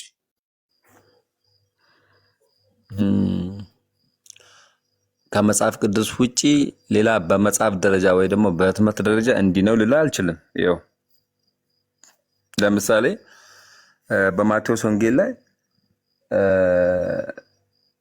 በነቢዩ ናዝራዊ የተባለውን ትንቢት ይፈጽም ዘንድ ወደ ናዝሬት ከተማ ገባ የሚል አለ። ጥያቄ አልገባህም። ያልኩ ምንድን ነው ከመጽሐፍ ቅዱስ ውጪ የእግዚአብሔር ቃል ነው ብለህ የምትቀበለው መጽሐፍ አለው ያንተ? በመጽሐፍ ደረጃ የለም አልኩ እኮ። ለምሳሌ ያው እንግዲህ እኔ ኦርቶዶክስ ተዋሕዶ ቤተክርስቲያን 80 ያዱን ነው የምንቀበለው። በመጽሐፍ ደረጃ ከሌለ የእግዚአብሔር ቃል ነው ብለህ የምትቀበለው ሌላ ምንድን ነው ታዲያ ከመጽሐፍ ቅዱስ ውጪ? ኦኬ፣ ገርላት፣ ድርሳናት፣ ብዙ መጽሐፋት አሉ። እነሱ የእግዚአብሔር ቃል ናቸው ብለህ ነው የምትቀበለው? የእግዚአብሔር ቃል ናቸው ብለህ ነው የምትቀበለው ገርላትና ድርሳናት? አዎ የእግዚአብሔር ቃል ነው ብዬ ነው የምቀበለው፣ ግን ለአምልኮ ሳይሆን ለትምህርት ነው የምንቀበለው። የእግዚአብሔር ቃል ነው ያው ማለት መጽሐፍ ቅዱስ ነው ብሎ ነው የሚቀበለው። ገድላትና ድርሳናትን መጽሐፍ ቅዱስ ነው ብሎ ነው የሚቀበለው ልጁ ማለት ነው። አንድ ፓስተር ራሱ አንድ ጥቅስ እኮ ወስዶ እኮ ሲያብራራ እኮ የእግዚአብሔር ቃል ነው ብለን የምትቀበለው። እሺ አሁን ወደ ሀሳቡ እንመለስ። በቃ ሀሳብን ብቻ ለማወቅ ነው። አሁን የምታደርገውን ድርጊት አንተ ከመጽሐፍ ቅዱስ ማለት ማርያምን በማከብረው በስግደት ነው ስላልክ የጸጋ ስግደት ብለህ ስለገለጽክ አንድ ክርስቲያን ይሄን ያደረገ ወይ ደግሞ ሐዋርያ ከመጽሐፍ ቅዱስ እሺ ይህንን ጥቅስ እሰጥሃለሁ። አንድ ጥያቄ ልጠይቅህ። አይ ማስረጃ ስጠኝና እኮ ልስጥህ እሰጥሃለሁ። ቀጣይ ግን አንድ ጥያቄ ልጠይቅህ። እኔ ኦርቶዶክስ አይደለሁም። የቅዱሳን ፍቅር በኦርቶዶክስ ነው የሚለው እኔ አይደለም። እኔም ኢየሱስ ሲሆን ሶት ለጥያቄ መልስ ስጠኝና ከዛ ትጠይቃለህ ጥያቄ ካለብህ። ጌታ ኢየሱስ ክርስቶስ ናዝራዊ ተብሏል። ናዝራዊ የተባለበትን ይፈጽም ዘንድ ናዝሬት ወደሚባለው ከተማ ገባ የሚል በ66 መጽሐፍ በኦሪቱ የለም ትንቢቱ የተነገረበት። ስለዚህ ማቴዎስ ውስጥ ደግሞ ይሄ ቃል አለ። አንተ የመልስልኝ እስቲ ከመጽሐፍ ቅዱስ ውጪ ስለሆነ ከየት ልታመጣው ነው? በቃ ጥያቄን ሰምቻለሁ። ለጥያቄ መልስ እሰጥሃለሁ። አሁን ለጠየቁት ጥያቄ መልስ ስጠኝ። ለጠየቁት ጥያቄ መልስ ስጠኝ። እሺ ኢሳይያስ 49:23 እሺ ኢሳይያስ 49:23 የጠየቁ ምንድን ነው? ልክ አንተ እመቤታችንን በማክበር የጸጋ ስግደት በመስገድ ስገዱ የሚል የመጽሐፍ ቅዱስ ክፍል ነው ያልከው አይደለም? አየህ ጥያቄን በደንብ አልሰማህም። አንድ ክርስቲያን ወይም ሐዋርያ ነው ያልኩህ። መጀመሪያ የክርስቲያኖችና የሐዋርያቶችን ህይወት እንዲህ ከዛ ደግሞ ከሌለ ወደ ብሉይ ኪዳን ደግሞ ትሄድና ትጠቅስልኛለህ። የጠየቅኩህ አንድ ክርስቲያን ወይም ሐዋርያ ብዬ ነው የጠየቅኩህ። እሺ መጽሐፍ ቅዱስን በአጠቃላይ ማውራት አንችልም እንዴ?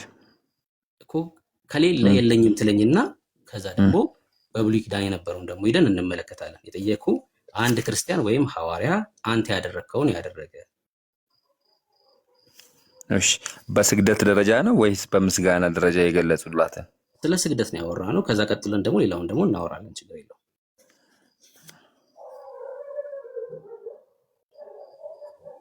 የብሉይ ኪዳን መጽሐፍ እንዳጠቅስ አይደለም። እሺ ከሌለህ ግን ወደ ብሉይ ኪዳን እንሄዳለን። የለኝም ካልክ መልስ ስለሚሆን ማለት ነው።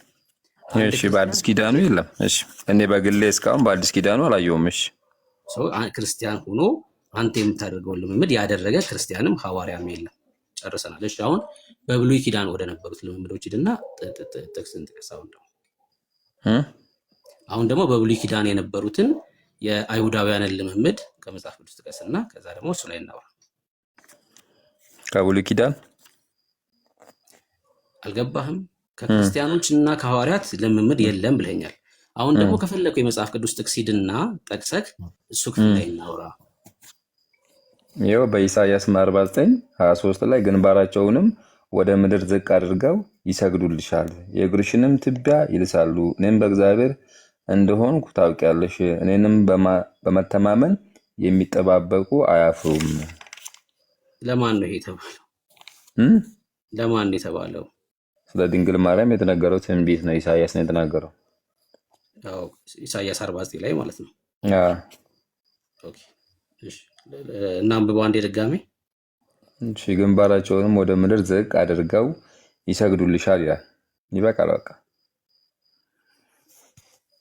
ነገስታትም አሳዳጊ አባቶችሽ ነገስታትም አሳዳጊ አባቶችሽ ይሆናሉ፣ እቴጌዎቻቸውም ሞግዚቶችሽ ይሆናሉ። ግንባራቸውንም ጥቅስ ስታነብ ቢያንስ አንዱን ቁጥር እንኳን ሙሉውን ማንበብ መልካም አይደል?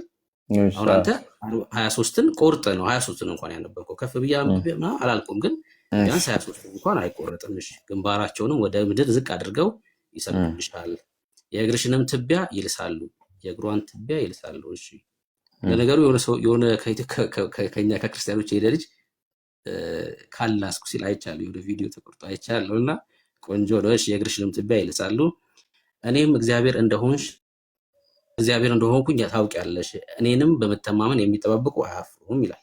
አሁን ይሄ ስለማን ነው እያልከኝ ነው? ኢየሱስ ክርስቶስን ስለሚጠባበቁ ሰዎች መጨረሻ ላይ ማብራሪያውም እንደዛ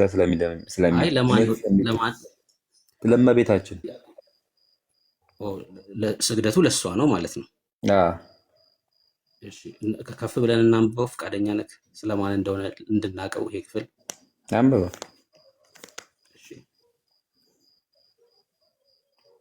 አንብበው አንተ። እሺ ላንብልህ። ይኸው እንደዚህ ይላል። በውኑ ሴት ከማህፀኗ ለተወለደው ልጅ እስከማትራራ ድረስ ሕፃኗን ትረሳ ዘንድ ትችላለችን? አዎን እርሷ ትረሳ ይሆናል፣ እኔ ግን አልረሳሽም። እነሆ እኔ በእጄ መዳፍ ቀርጬሻለሁ፣ ቅጥሮችሽንም ሁልጊዜ በፊቴ አሉ። ቅጥሮቿ ምንድን ናቸው?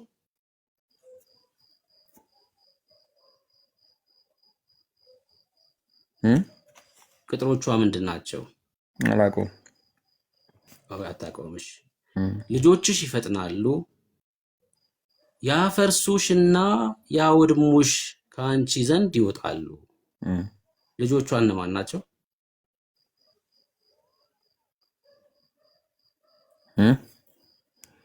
ልጆቿ እነማን ናቸው? የእመቤታችን ጠላቶች ናቸው። ልጆቿ ልጆቿ ይጠቀሳሉ፣ ግን ያው እሷን የሚያወዱ አይነት ነገር ማገላለጹ። ልጆቿ እነማን ናቸው? የእመቤታችን ጠላቶች እነማን ናቸው? ጠላቶቿ ልጆች የተባሉት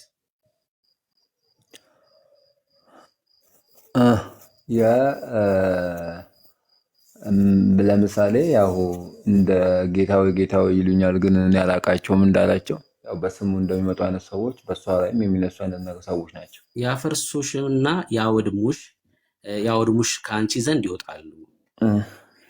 ማርያም ፈርሳለች። ቀጥላ ነባቡን ይሄው አነበብኩ እኮ።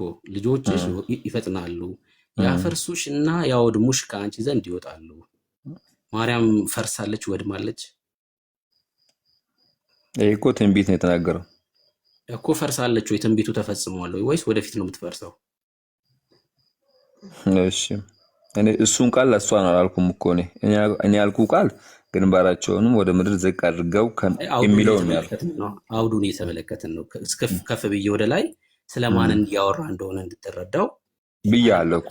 ለምሳሌ አንተ አሁን በሱ አውድ ላይ እኔ አውዱን አሁን የያዝኩትን አውድ ይዘህልኝ እሱን አብራራልኝ እንጂ አንተ ከፈለከው ከፍ ብላ አንብበ ወደዚህ ጋር እስክትመጣ ድረስ ለምሳሌ እየጠበቅኩ ነው። ሙሉን ወይ አንብበ ሀሳቡን አስረዳኝ። ስለ ማርያም ነው ካልክ ያ ክፍል ስለ ማርያም ሙሉን አንድ አንብበ አብራራልኝ ልትመልስልኝ ጥያቄ። አብራራለሁ ስለ ማርያም ነው ብሎ የሚያምነው አንተ ነህ። እኔ ስለ ማርያም እኮ እኔ እኮ አልኩ እኮ እኔ መለስኩልህ እኮ በዚህ ጥቅስ ላይ በኢሳያስ ላይ ያለውን ጥቅስ ለእሷ እንደሆነ የሚጠባበቁት እሱን የሚጠባበቁት እንደማያፍሩ ሁሉ ከስር ስላለ እኔን ለእሱን ብዬ ወስጄዋለሁ። አንተን አሁን ይኸውልህ ያ ክፍል ስለ ማርያም መሆኑን በምንድን ነው የምናውቀው? ክፍሉ በማንበብ ነው አይደል? ያን ክፍል ስናነብ ተርጉመህ ትነግረኛለህ። ለማርያም አድርገህ አንድ ቁጥር ብቻ አይደለም ለማርያም የተነገረው አይደል? ክፍሉ አውዱ ስለማን ነው የሚያወራው የሚለውን እየጠየቅኩህ ነው። ሰው ተርጉምልኝ። አሁን ማርያም መቼ ነው የምትፈርሰውና የምትወድመው? እሱን መልስልኝ። ጠላቶች የተባላችሁት እናንተ ናቸው ብለኸኛል። የት ነው የምናፈርሳት? መቼ ነው የምናፈርሳት? የምናወድማትስ መቼ ነው? አንተ የማርያም ጠላት ነህ እንዴ? አልከኝ እኮ አንተ አላልኩም። እሷን ለማይወዷት በእሷ ስለተነሳሱባት ነው ያልኩት እንጂ እናንተ አላልኩም። መልካም እሺ። አየህ አሁን ልብ በል የአፍ ወለምታ እንትን ባትል ጥሩ ነው እኮ አላልከንም። እሺ ችግር የለውም። እነዚህ ጠላቶቿ የሆኑት መች ነው የሚያፈርሷት? ቅድምም እንደዚህ አይነት ነገሮች ስታወሩ ነው ያልተባለውን እንደተባለ አድርጋችሁ ስትገልጹት ነው። እሺ አልኩህ እኮ ወዳጄ። እሺ ጠላቶች የተባሉት መቼ ነው የሚያፈርሷት? እሱ መልስልኝ። እሱን እንግዲህ እኔ አላውቀውም። አሁን ግን በዚህ ከኢሳያስ ከግንባራቸውን ወደ ምድር ዝቅ አድርገው ከሚሉት ነው በተወሰነ በተረዳሁት እንጂ እሱ ገና አንድምታ ትርጓሜ ደግሞ በቤተክርስቲያን በተዋሕዶ ኦርቶዶክስ ቤተክርስቲያን አንድምታ የመጽሐፍ ቅዱስ ትርጓሜ አለ። ያንን ትርጓሜ መጽሐፉን ስለሌለኝ እንጂ ቢኖረኝና በሱ ብነግር ደስ ይለኛል። በራሴ ግን መጽሐፍን ደግሞ እንዲህ ነው ለማለት ደግሞ ድፍረት ይሆንብኛል። እሺ አታውቀውም። እሺ ቀጥዬ ላንብብልህና ክፍሉን እንደማታውቀው ላሳየ ነው። አሁን ምንድነው አጽፎክ ነው ክፍሉን ሌላ ጊዜ እንድታነበው ነው። ባድማሽና ውድማሽ ወናም የሆነው ምድርሽ ከሚኖሩብሽ የተነሳ ዛሬ ጠባብ ትሆናለችና የዋጡሽም ይደርቃሉ። መች ነው የተዋጠችው? የዋጧትስ እነማን ናቸው ብያለሁ እኮ እኔ ደጋግሞ ጠየቁ አስፈላጊ አይመስለኝም።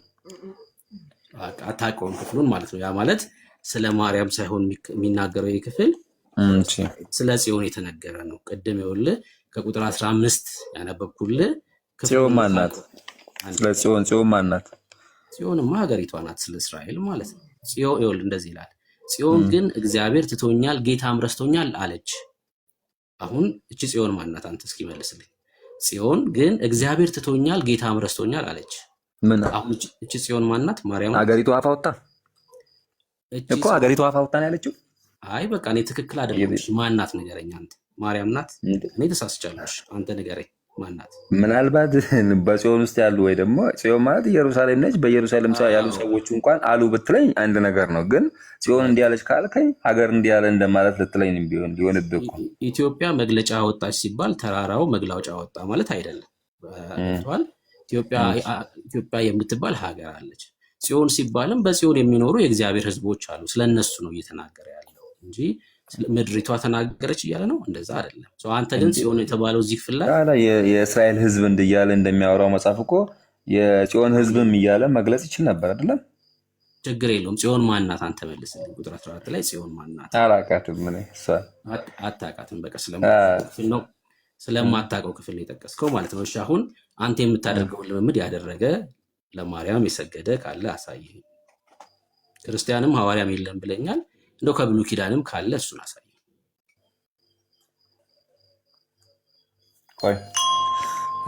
መጀመሪያ ከመጽሐፍ ቅዱስ እንትን አሳይን ሳይሆን ከማለት በፊት አንተ መረዳት ያለብህ ነገር ስግደቱ የአምልኮ ነው ወይስ የአክብሮት ነው? ይሄ ገብቶካል? ምንድን ነው መሰለህ ችግሩ? የአምልኮትም ስገድ፣ የአክብሮትም ስገድ፣ የኋላም ስገድ፣ የፊትም ስገድ የአንተ ጉዳይ ይሆናል። የትኛውም ስግደት ይሁን ከመጽሐፍ ቅዱስ አሳየኝ ነው የኔ ጥያቄ። ለምንም ስገዱ አንተ፣ የእንቅጥቅጥም ስገድ፣ የጎንም ስገድ፣ እሱ የአንተ ጉዳይ ይሆናል። ግን ስግደቱን አሳየኝ ከመጽሐፍ ቅዱስ። እሱ ነው የኛ ጥያቄ። አሁን ሳሳይ እኮ ያው አንተ እንደዛ በአብዛኛው ግን ከመጽሐፍ ቅዱስ እመቤታችን ይሄ ትውልድ ለምሳሌ ኢሳያስ ላይ ደግሞ የተገለጸ ቃል አለ። ኢሳያስ 60:14 ላይ ደግሞ የአስጨናቂሽ ልጆችም አንገታቸውን ደፍተው ወደ አንቺ ይመጣሉ፣ የናቁሽም ሁሉ ወደ እግርሽ ጫማ ይሰግዳሉ፣ የእግዚአብሔርም ከተማ የእስራኤል ቅዱስ የሆንሽ ጽዮን ይሉሻል ካልኩ አሁንም እቺ ጽዮን ኢየሩሳሌም ነች ልትለኝ ነው አንተ? አይ አንተ የምትለውን ንገረኝና ከዛ አሁን እንሂድና ክፍሉን እናነባዋለን። ችግር የለውም። ምን መሰለህ አነበብኩት እኮ ክፍሉንማ እኮ አነበብኩልህ። ግን ስለማን ነው የሚናገረው ይሄ ክፍል? እንደው በዚህ ርዕስ ላይ ከምናወራ አሁን በስግደቱ ላይ የማንግባባው ለምንድን ነው? በጽዮን የዘጋከው ነገር አለ ገና ከመጀመሪያው። ስለዚህ ክፍሉ ስለ ማርያም ነው ካልከኝ እዛ ክፍል ላይ ደግሞ ማውራት እንችላለን። ልክ አሁን እንዳነበብኩልህ እና ከፍ ብዬ ማንበብ ነው በቃ ከኔ የሚጠበቀው። ለምሳሌ ደጆችሽ አይዘጉም ይላል። አሁን የማይዘጋ ደጅ የማርያምን አሁን እዛ ክፍል ላይ አሁን እያነበብኩ አይደለም ክፍሉን ስለማውቀው፣ ግን ደጆችሽ ሁሌ ደጆቿ ክፍት እንደሚሆን ይናገራል። የማርያም ደጅ አሁን ለምሳሌ ኢሳያስ ሕዝቅኤል ላይ ደጆቿ እንደተዘጉ ይናገራል። እሱ የማርያም ማፀን ነው ብላችኋል። የማይዘጋው የማርያም ደጅ ምንድን ነው ብዬ ደግሞ ጠይቃለሁ። እዛ ክፍል ላይ ክፍሉ ምንድን ነው የሚለውን እንድትረዳ ስለምፈልግ ነው። የተጻፈው ሁሉ አሁን እኮ ስለተባለ ብቻ ለማርያም የምስት ከሆነ ገብተዋል። መጽሐፍ ቅዱስ ስለምስት ነው። አሁን ስግደት ካላሳየኝ ካልሆነ ሌላ ጥያቄ አለኝ። ይሄ ክፍል ያስኬደኛል ካልከኝ ደግሞ ክፍሉ ላይ ሄደን እናወራለን። አይ ሀሳቡን ጠቅላላ አድርገን ለመረዳዳት የምናወራ ከሆነ አይ በእግዚአብሔር ቃል ነው የምንረዳዳው እኮ። እኔም እኮ የእግዚአብሔርን ቃል ነው እያወራ ያለሁት ነው ይመስለኛል። ኢሳያስ 60 ላይ እንሂድ እናወራበት። ኢሳያስ 60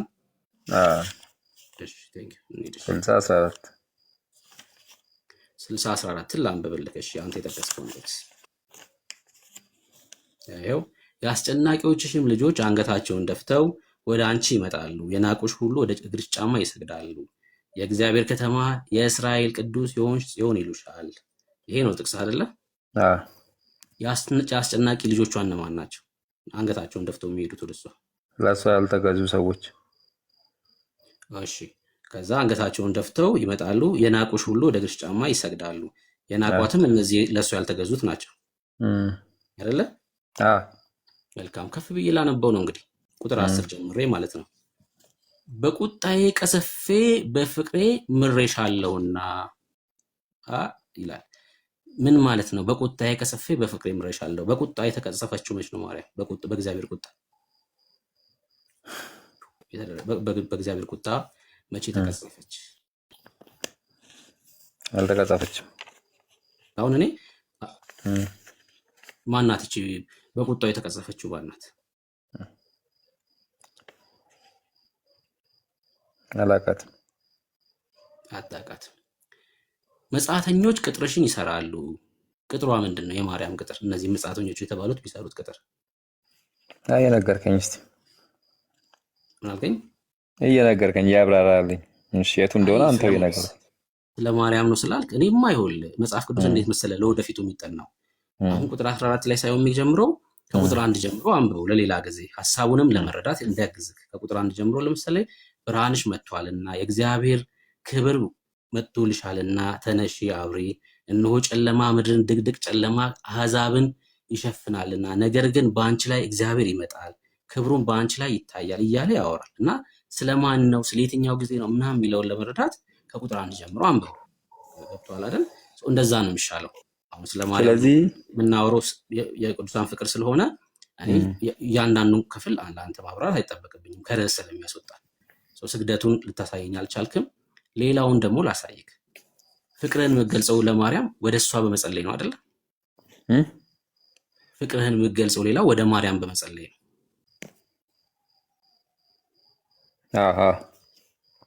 እሺ አሁን ቀጥሎ ደግሞ የማርያም ወደ ማርያም የሚደረገውን ጸሎት ደግሞ ከመጽሐፍ ቅዱስ እንመልከት። ቅድም እንደጠየቅኩ አንድ ክርስቲያን ወይም ሐዋርያ ወደ ማርያም ይጸልይ ካላሳይ፣ ወደ ማርያም ብቻ አይደለም ወደ ሌላም ቅዱስ ቢሆን እኔ የማርያም እንቀበልሃለሁ። ወደ ማርያም ወይም ወደ ሌላ ሰው ሲጸልይ የሚታይ ካለ እሱን አሳይ። ከቅዱሳን አይ የጠየቁ ክርስቲያን ወይ ሐዋርያን ያልኩ። እኛ ክርስቲያኖች ስለሆን እነሱ ህይወት እንመልከት መጀመሪያ፣ ከዛ ወደ ብሉይ ኪዳን ደግሞ ሂደት ሙሉ መጽሐፉን እኮ ነው መቀበል ያለብህ። አዎ የሐዋርያዊ ቅብብሎሽ አለን ትሎ የለ ዳዊት? የሐዋርያዊ ቅብብሎሽ በእኛ ቤተክርስቲያን አለ ትሎ የለ? የሐዋርያቶቹን ትምህርት እንመለከትና ከዛ ደግሞ በብሉይ ኪዳን ደግሞ ሄደን እንመለከታለን። መጀመሪያ ሐዋርያ ወይም ክርስቲያን ወደ ማርያም የጸለየ ሊሆን ይችላል፣ ወደ ሙሴም ወደ አብርሃምም። እሱን መጀመሪያ ያሳየን ከመጽሐፍ ቅዱስ።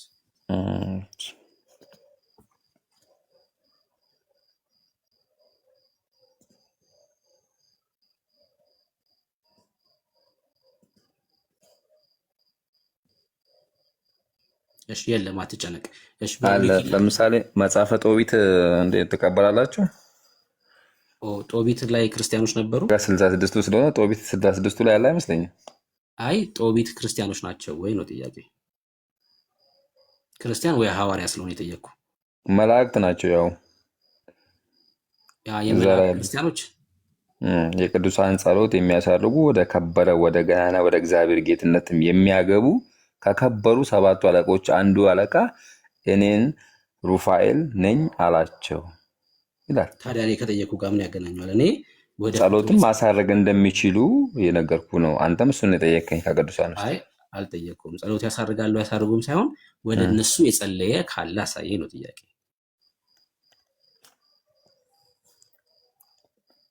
ወደ እነሱ እንዴት ይጸልያል ሲጀመር? ቆይ አንተ ወደ ማርያም አትጸልይም? እንደዚህ አስደርጊልኝ የሚሆን አድርጊልኝ በእግዚአብሔር ስም ነው፣ በራሷ ኃይልና በራሷ ስልጣን ግን ምንም እንድታደርግልኝ አይደለም። በእግዚአብሔር ስም ነው ወደ እሷ የምጸልየው። ለምሳሌ በኢየሱስ ስም ነው ወደ እሷ የምጸልየው። እንደዚህ እያልከኝ ነው። ለምሳሌ በቃ አማላጅ ናት እንደማለት ነው። ቀጥታ አማላጅ ነው። እንደዚህ ነው እያልኩ የምጸልየው። ማርያም እናቴ ሆይ በጌታ በክርስቶስ ኢየሱስ ስም አማላጅ ናት እያልኩ ነው። ገብቶ ካላል አባባል ስማኝ ወንድም አለ። እስካሁን እየሰማሁህ ነው። እኔ ያላልኩትን ሀሳብ እንዲህ ነው ብለህ ወይ ደግሞ ወደ ቅዱሳኑ የጸለየ ቀጥታ ትርጓሜ ከመጽሐፍ ቅዱስ እንዲህ የሚል አውጣ ከሆነ እንዴ እናንተ መጽሐፍ ቅዱስን ራሱ 66 ነው ብሎ ማለት ሰጠክ እንደማለት አይነት ጥያቄ ነው እየጠየቀኝ ያለው። እሱ መልስልኝ እስኪ አንተ። እኔ ትምህርት ነው እየጠየቅኩ ያሉት። ቀጥታ እንደዚህ አይነት ጥያቄዎች አያስኬዱንም። ለዛ ነው ትክክል ሆነ አይደለም ጥያቄዎቹ። በእርግጥ ግን እንደ አጠቃላይ የለም እያልከኝ ነው ዳዊት። መጽሐፍ ቅዱስ ላይ የለም እያልከኝ ነው የአንተ ልምምድ። በመላእክት አማካኝነት ወይ ደግሞ ወደ መላእክት የጸለዩ በኦሪቱም አለ በአዲስ ኪዳኑም አለ እኮ። አሳየኛ ታዲያ። ቆንጆ ነው ካለማ አሳየኝ ታዲያ። ያወጣው እኮ ነው ከመጽሐፍ። እሺ እጠብቅሃለሁ። እሺ አውጣ። እሺ እጠብቅሃለሁ። ሀሳቡን ከነገርከኝ ጥቅሱን ላግዝ እችላለሁ፣ ማውቀው ከሆነ ማለት ነው።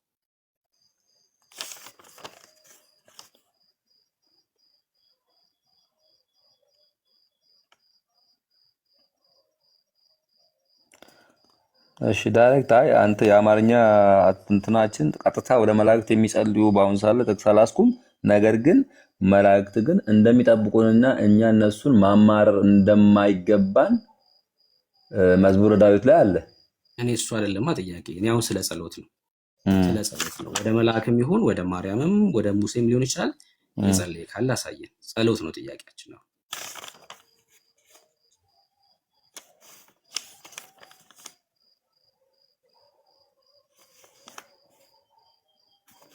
የለም። መልካም። ቅድም ዳኒ እህታችንን ማርያም አድርጋለች ብላችሁ ታምናላችሁ፣ ይሄ እምነታችሁ ደግሞ አንዱ የፍቅር መግለጫችሁ ነው ብሎ ነበር እና ያረገች ማርያም አለች? ሶስተኛው ጥያቄ ይሄ ከሌለ ያው 3 ከሞላ ያው እንግዲህ ማድረጓን የሚያሳይ የመጽሐፍ ቅዱስ ጥቅስ አለ? የመጽሐፍ ቅዱስ ጥቅስ የለም። በቃ ይሄን ነው የምንለው። አሁን እኛ እናንተ ጋር ያለችው ማርያም የጌታ እናት ናት የምትሏት መጽሐፍ ቅዱስ የማያውቃት ናት፣ መጽሐፍ ቅዱስ ያላለላትን ነው የምትሉት ብለን የምንሞግተው ለዚህ ነው። መጽሐፍ ቅዱሳዊ ያልሆነ ትምህርት በማርያም ብቻ ሳይሆን በሁሉም ቅዱሳኖቻችሁ ውስጥ ስላለ ይሄን ለማሳየት ነው። ይሄ ርዕስ ማለት ነው። አሁን ምንድነው የምልህ ወደ እውነተኛዋ ማርያም ወደ ጌታ እናት ዞር ማለት አለብን። መጽሐፍ ቅዱስ ያላላትን አላላትም፣ ያላትን ደግሞ አዎ ብለዋታል ብለህ የምትቀበል። ለምሳሌ ላሳይክ። ለምሳሌ ጌታችን ኢየሱስ ክርስቶስ ጸሎትን አስተምሯል አይደል? እኔ አንድ ጥያቄ ልጠይቅህ። ትጠይቀኛለህ። ጸሎት መጽሐፍ ቅዱስ ቆይ አይደለም ቅድም እኮ መጀመሪያ መልሱ መልስልኝ ብለን እንጂ መጽሐፍ ቅዱስ ብቻ የሚል አይነት እንትን እኮ እኛም ለምሳሌ የእመቤታችንን ማድረግ ከመጽሐፍ ቅዱስ ውጭ ነው። ትክክል ነህ። ይኸው ነገር ግን ለምሳሌ መላእክት መቼ እንደተፈጠሩ አለ በመጽሐፍ ቅዱስ በ66ቱ መቼ ተፈጠሩ ማለት ቀኑን ነው? አዎ ቀኑን ነው። አዎ ከመጀመሪያው ስነ ፍጥረት ሁሉንም ተርኮ መላእክት መቼ እንደተፈጠሩ በዚህ ጊዜ ፈጠራቸው የሚል አለ እኮ። ስማኛ ይኸው ከመጀመሪያው ቀን እስከ 6ኛው ቀን እግዚአብሔር ፍጥረትን እንደሰራ ይናገራል አይደል? አዎ በቃ እግዚአብሔር በዚህ መካከል መላእክትን ፈጥሯል። አንተ ነው ያልከው እሱ ነው። መጽሐፍ ቅዱስ ንገረኝ ነው ያልኩህ። ጥቅስ ንገረኝ። ቅድም እንደጠየቀኝ አይነት ጥያቄ እኮ ነው ጥያቄው። ነገርኩህ እኮ ጥቅስ ንገረኝ። ጥቅስ ዘፍጥረት መጽሐፍ ምዕራፍ 1 እሱ ስነ ፍጥረታትን ነው። መላእክትን ብቻ የሚለውን የምፈልገው አሁን መላእክትን ይኸው ፀሐይን ጨረቃን በዕለተ ፀሐይ ጨረቃን ፈጠረ እያለ ይተርካል። ግን እንደዛ መላእክትን በዚህ ሰዓት ፈጠረ ካልከኝ ዘፍጥረት 1 ቁጥሩን ንገረኝ እኮ። እየነገርኩህ እኮ የሰማህ ስላልሆነ ነው። እሺ ይኸው የሰማሁህ ነው። እግዚአብሔር ከመጀመሪያው ቀን እስከ 6ኛው ቀን ፍጥረታትን እንደፈጠረ ይናገራል። መላእክት ደግሞ ፍጡር ስለሆኑ በእነዚህ ቀናት ውስጥ ተፈጥረዋል። እንዴ ጨረቃና ከዋክብት ተጠቅሰው ነው መላእክት ያልተጠቀሱት? አዎ እኮ ስማኛ እንዴ ዘፍጥረት መጽሐፍ ላይ መላእክት ሐሙስ ከቀኑ 6 ሰዓት ላይ ተፈጥረዋል ተብሎ ስላልተጻፈ አንተ ከኪሳ መተህ የምትጨምረው አይደለም። እግዚአብሔር አንተው ለምን ጥቅስ አሰጠኝ? መላእክት በዚህ ጊዜ ተፈጠሩ የሚለኝ ስጠኝ ከመጽሐፍ ቅዱስ። ከአንተ ማብራሪያ አልፈልግም። እንደዚህ ነው የጠየቀኝ። ይኸው ከአንተ ማብራሪያ አልፈልግም። ግን እኮ እየነገርኩህ ነው። አሁን ችግሩ ቁጥር ንገረኝ። ለምን ነው የምትነግረኝ? ላውጣውና ላንብበው። አንተ ቅድም እንዳነበብኩልህ አውጥተን እናንብበው። ንገረኝ፣ ቁጥርና ምዕራፍና ቁጥሩን ንገረኝ። አሁን ይሄን እየጠየቀኝ ያለው በቃ እንደዚህ እናድርግ። ለእኛ ትምህርት በቃ እንደዚህ አስኬድም። መጽሐፍ ቅዱስም ብቻ ብለህ የሉተርን ትምህርት አስኬደንም እሱ። ነገር ግን ከመጽሐፍ ቅዱስ ውጭ እንድንቀበል እንትን ማለት ማጥናትና መፈለጋችን ግድ ነው እኮ። እሺ ስማኛ እንዴ ሰምቻለሁ። ተባረክ። አሁንም ወይ ጥቅሱ ስጠኛ መጀመሪያ፣ ወይ እንለፈው በለኝ፣ ወይ እንለፈው በለኝ፣ ወይ ምዕራፍና ቁጥር ስጠኝ። እሺ ሰምቻለሁ። አሁን ስማኝ እያልኩህ እኮ ነው። ካልሰማኝ እንዴት ልንገርህ? እኔ ደግሞ ምዕራፍና ቁጥሩን ካልሰጠኝ አልሰማህማ። አንተም እኮ እንደዛው ነው ያልከኝ ቅድም። ጭቅጭቅ ነው የፈለግከው ማለት ነው። ጭቅጭቅ አይደለም። ምዕራፍ ስጠኝ፣ እኔ አውጥቼ ላንብበው። ይኸው የኔን ስታነብልኝ ነበራለሁ ወንድሜ ቅድም። እየሰማኝ ነው እኮ። እሺ ስማኛ፣ ምዕራፍም ልስጥ ቁጥርም ልስጥ። ስማኝ። ስትሰማኝ እኮ ነው የምሰጥ አይደል? እሺ ንገረኝ። በቃ ስማኝ። እሺ እግዚአብሔር ቃል መላእክቶች ለምን እኔ ላውጣው? እኔ ላንብበው እሱን። ቅድም ያንተ እኔን አንብበልኛል። እኔ እሱን ላንብበው። አንተ አዝናለሁ። ሚውት አድርጌያለሁ። በቃ ሰው የማዳመጥ አቅም ከሌለ በጣም ከባድ ነው የሚሆነው። እየለመንኩ እኮ ነው እያወራ ያለሁት። በቃ ስማኝ እያልኩ ነው ያለሁት አይደል?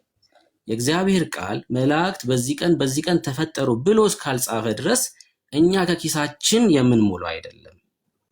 አልነገረንም አይደል? በቃ ዝም ነው ምንለው እያልኩ ነው ያለሁት። እግዚአብሔር ስላልነገረን በሆነ መጽሐፍ ላይ የእኛን ሀሳብ መላእክቶች በዚህ ቀን ተፈጥረው ይሆናል ብለን ምንጨምረው አይደለም። የእግዚአብሔር ቃል ላይ አሁን እኮ አንተ ምንድን ነው እያደረክ ያለው? የእግዚአብሔር ቃል ላይ የሌለውን ህይወት አድርገህ ነው እየኖርክ ያለው። ልዩነታችን አየክ? እኔ ያልተጻፈውን ዝም የምል ሰው ነኝ፣ የእግዚአብሔርን ቃል ስለማከብር። ይኸው በዚህ ቀን ሐሙስ ቀን 2 ሰዓት ላይ ምናምን ተብሎ አልተጻፈም አይደለ? በቃ አልተጻፈም። እግዚአብሔር ይሄን ያልነገረኝ ለምንድን ነው? በቃ ከኔ ህይወት ጋር ስለማይገናኝ። አየህ፣ እግዚአብሔር ከብሩክ ህይወት ጋር የሚገናኝ ቢሆን ኑሮ በቃሉ ይነግረኝ ነበር። ዝም ብሏል አይደል? ስለዚህ ነገር እግዚአብሔር በቃ እኔም ዝም እላለሁ። ምን አልኩ? ዝም እላለሁ። ቆይ ይህ ነገር ጥያቄ አስነሳም። የጨረቃና የፀሐይ የከዋክብት መፈጠር ተጽፎል የመላእክት አለመጻፉ ለማወቅ እንኳን አትፈልጎም እኮ። ጥያቄ የሚያስነሳው ማን ላይ ነው? እግዚአብሔር ላይ እኮ ነው ጥያቄ እያነሳ ያለው አይደለም።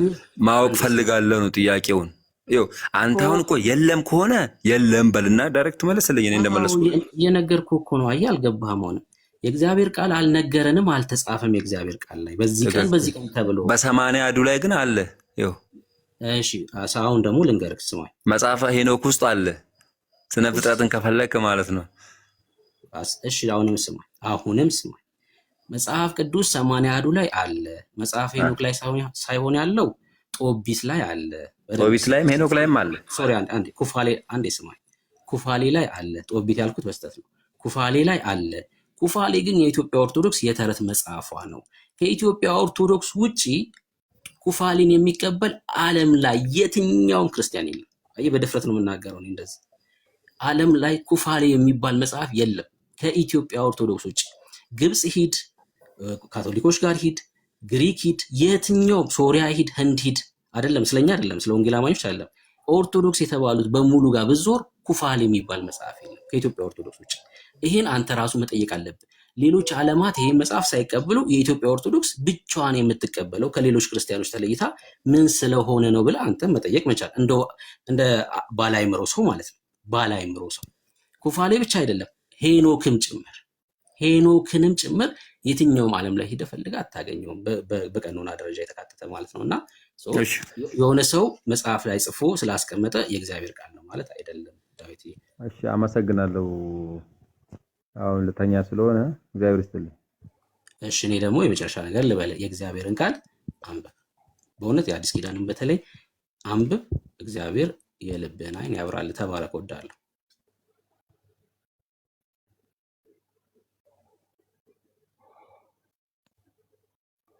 ያ ቴዲ ሄኖክንም ኩፋሌንም ኦርቶ አትቀበላቸውም። ትክክል ነው። በፍትሐ ነገሥት አይደል ቴዳይ? በፍትሐ ነገሥት እሺ አላችሁ ወንድሞች ኤርሜ? እሺ ብሩኬ ያኔ እሺ ሀፍቶ ሰላም ነው።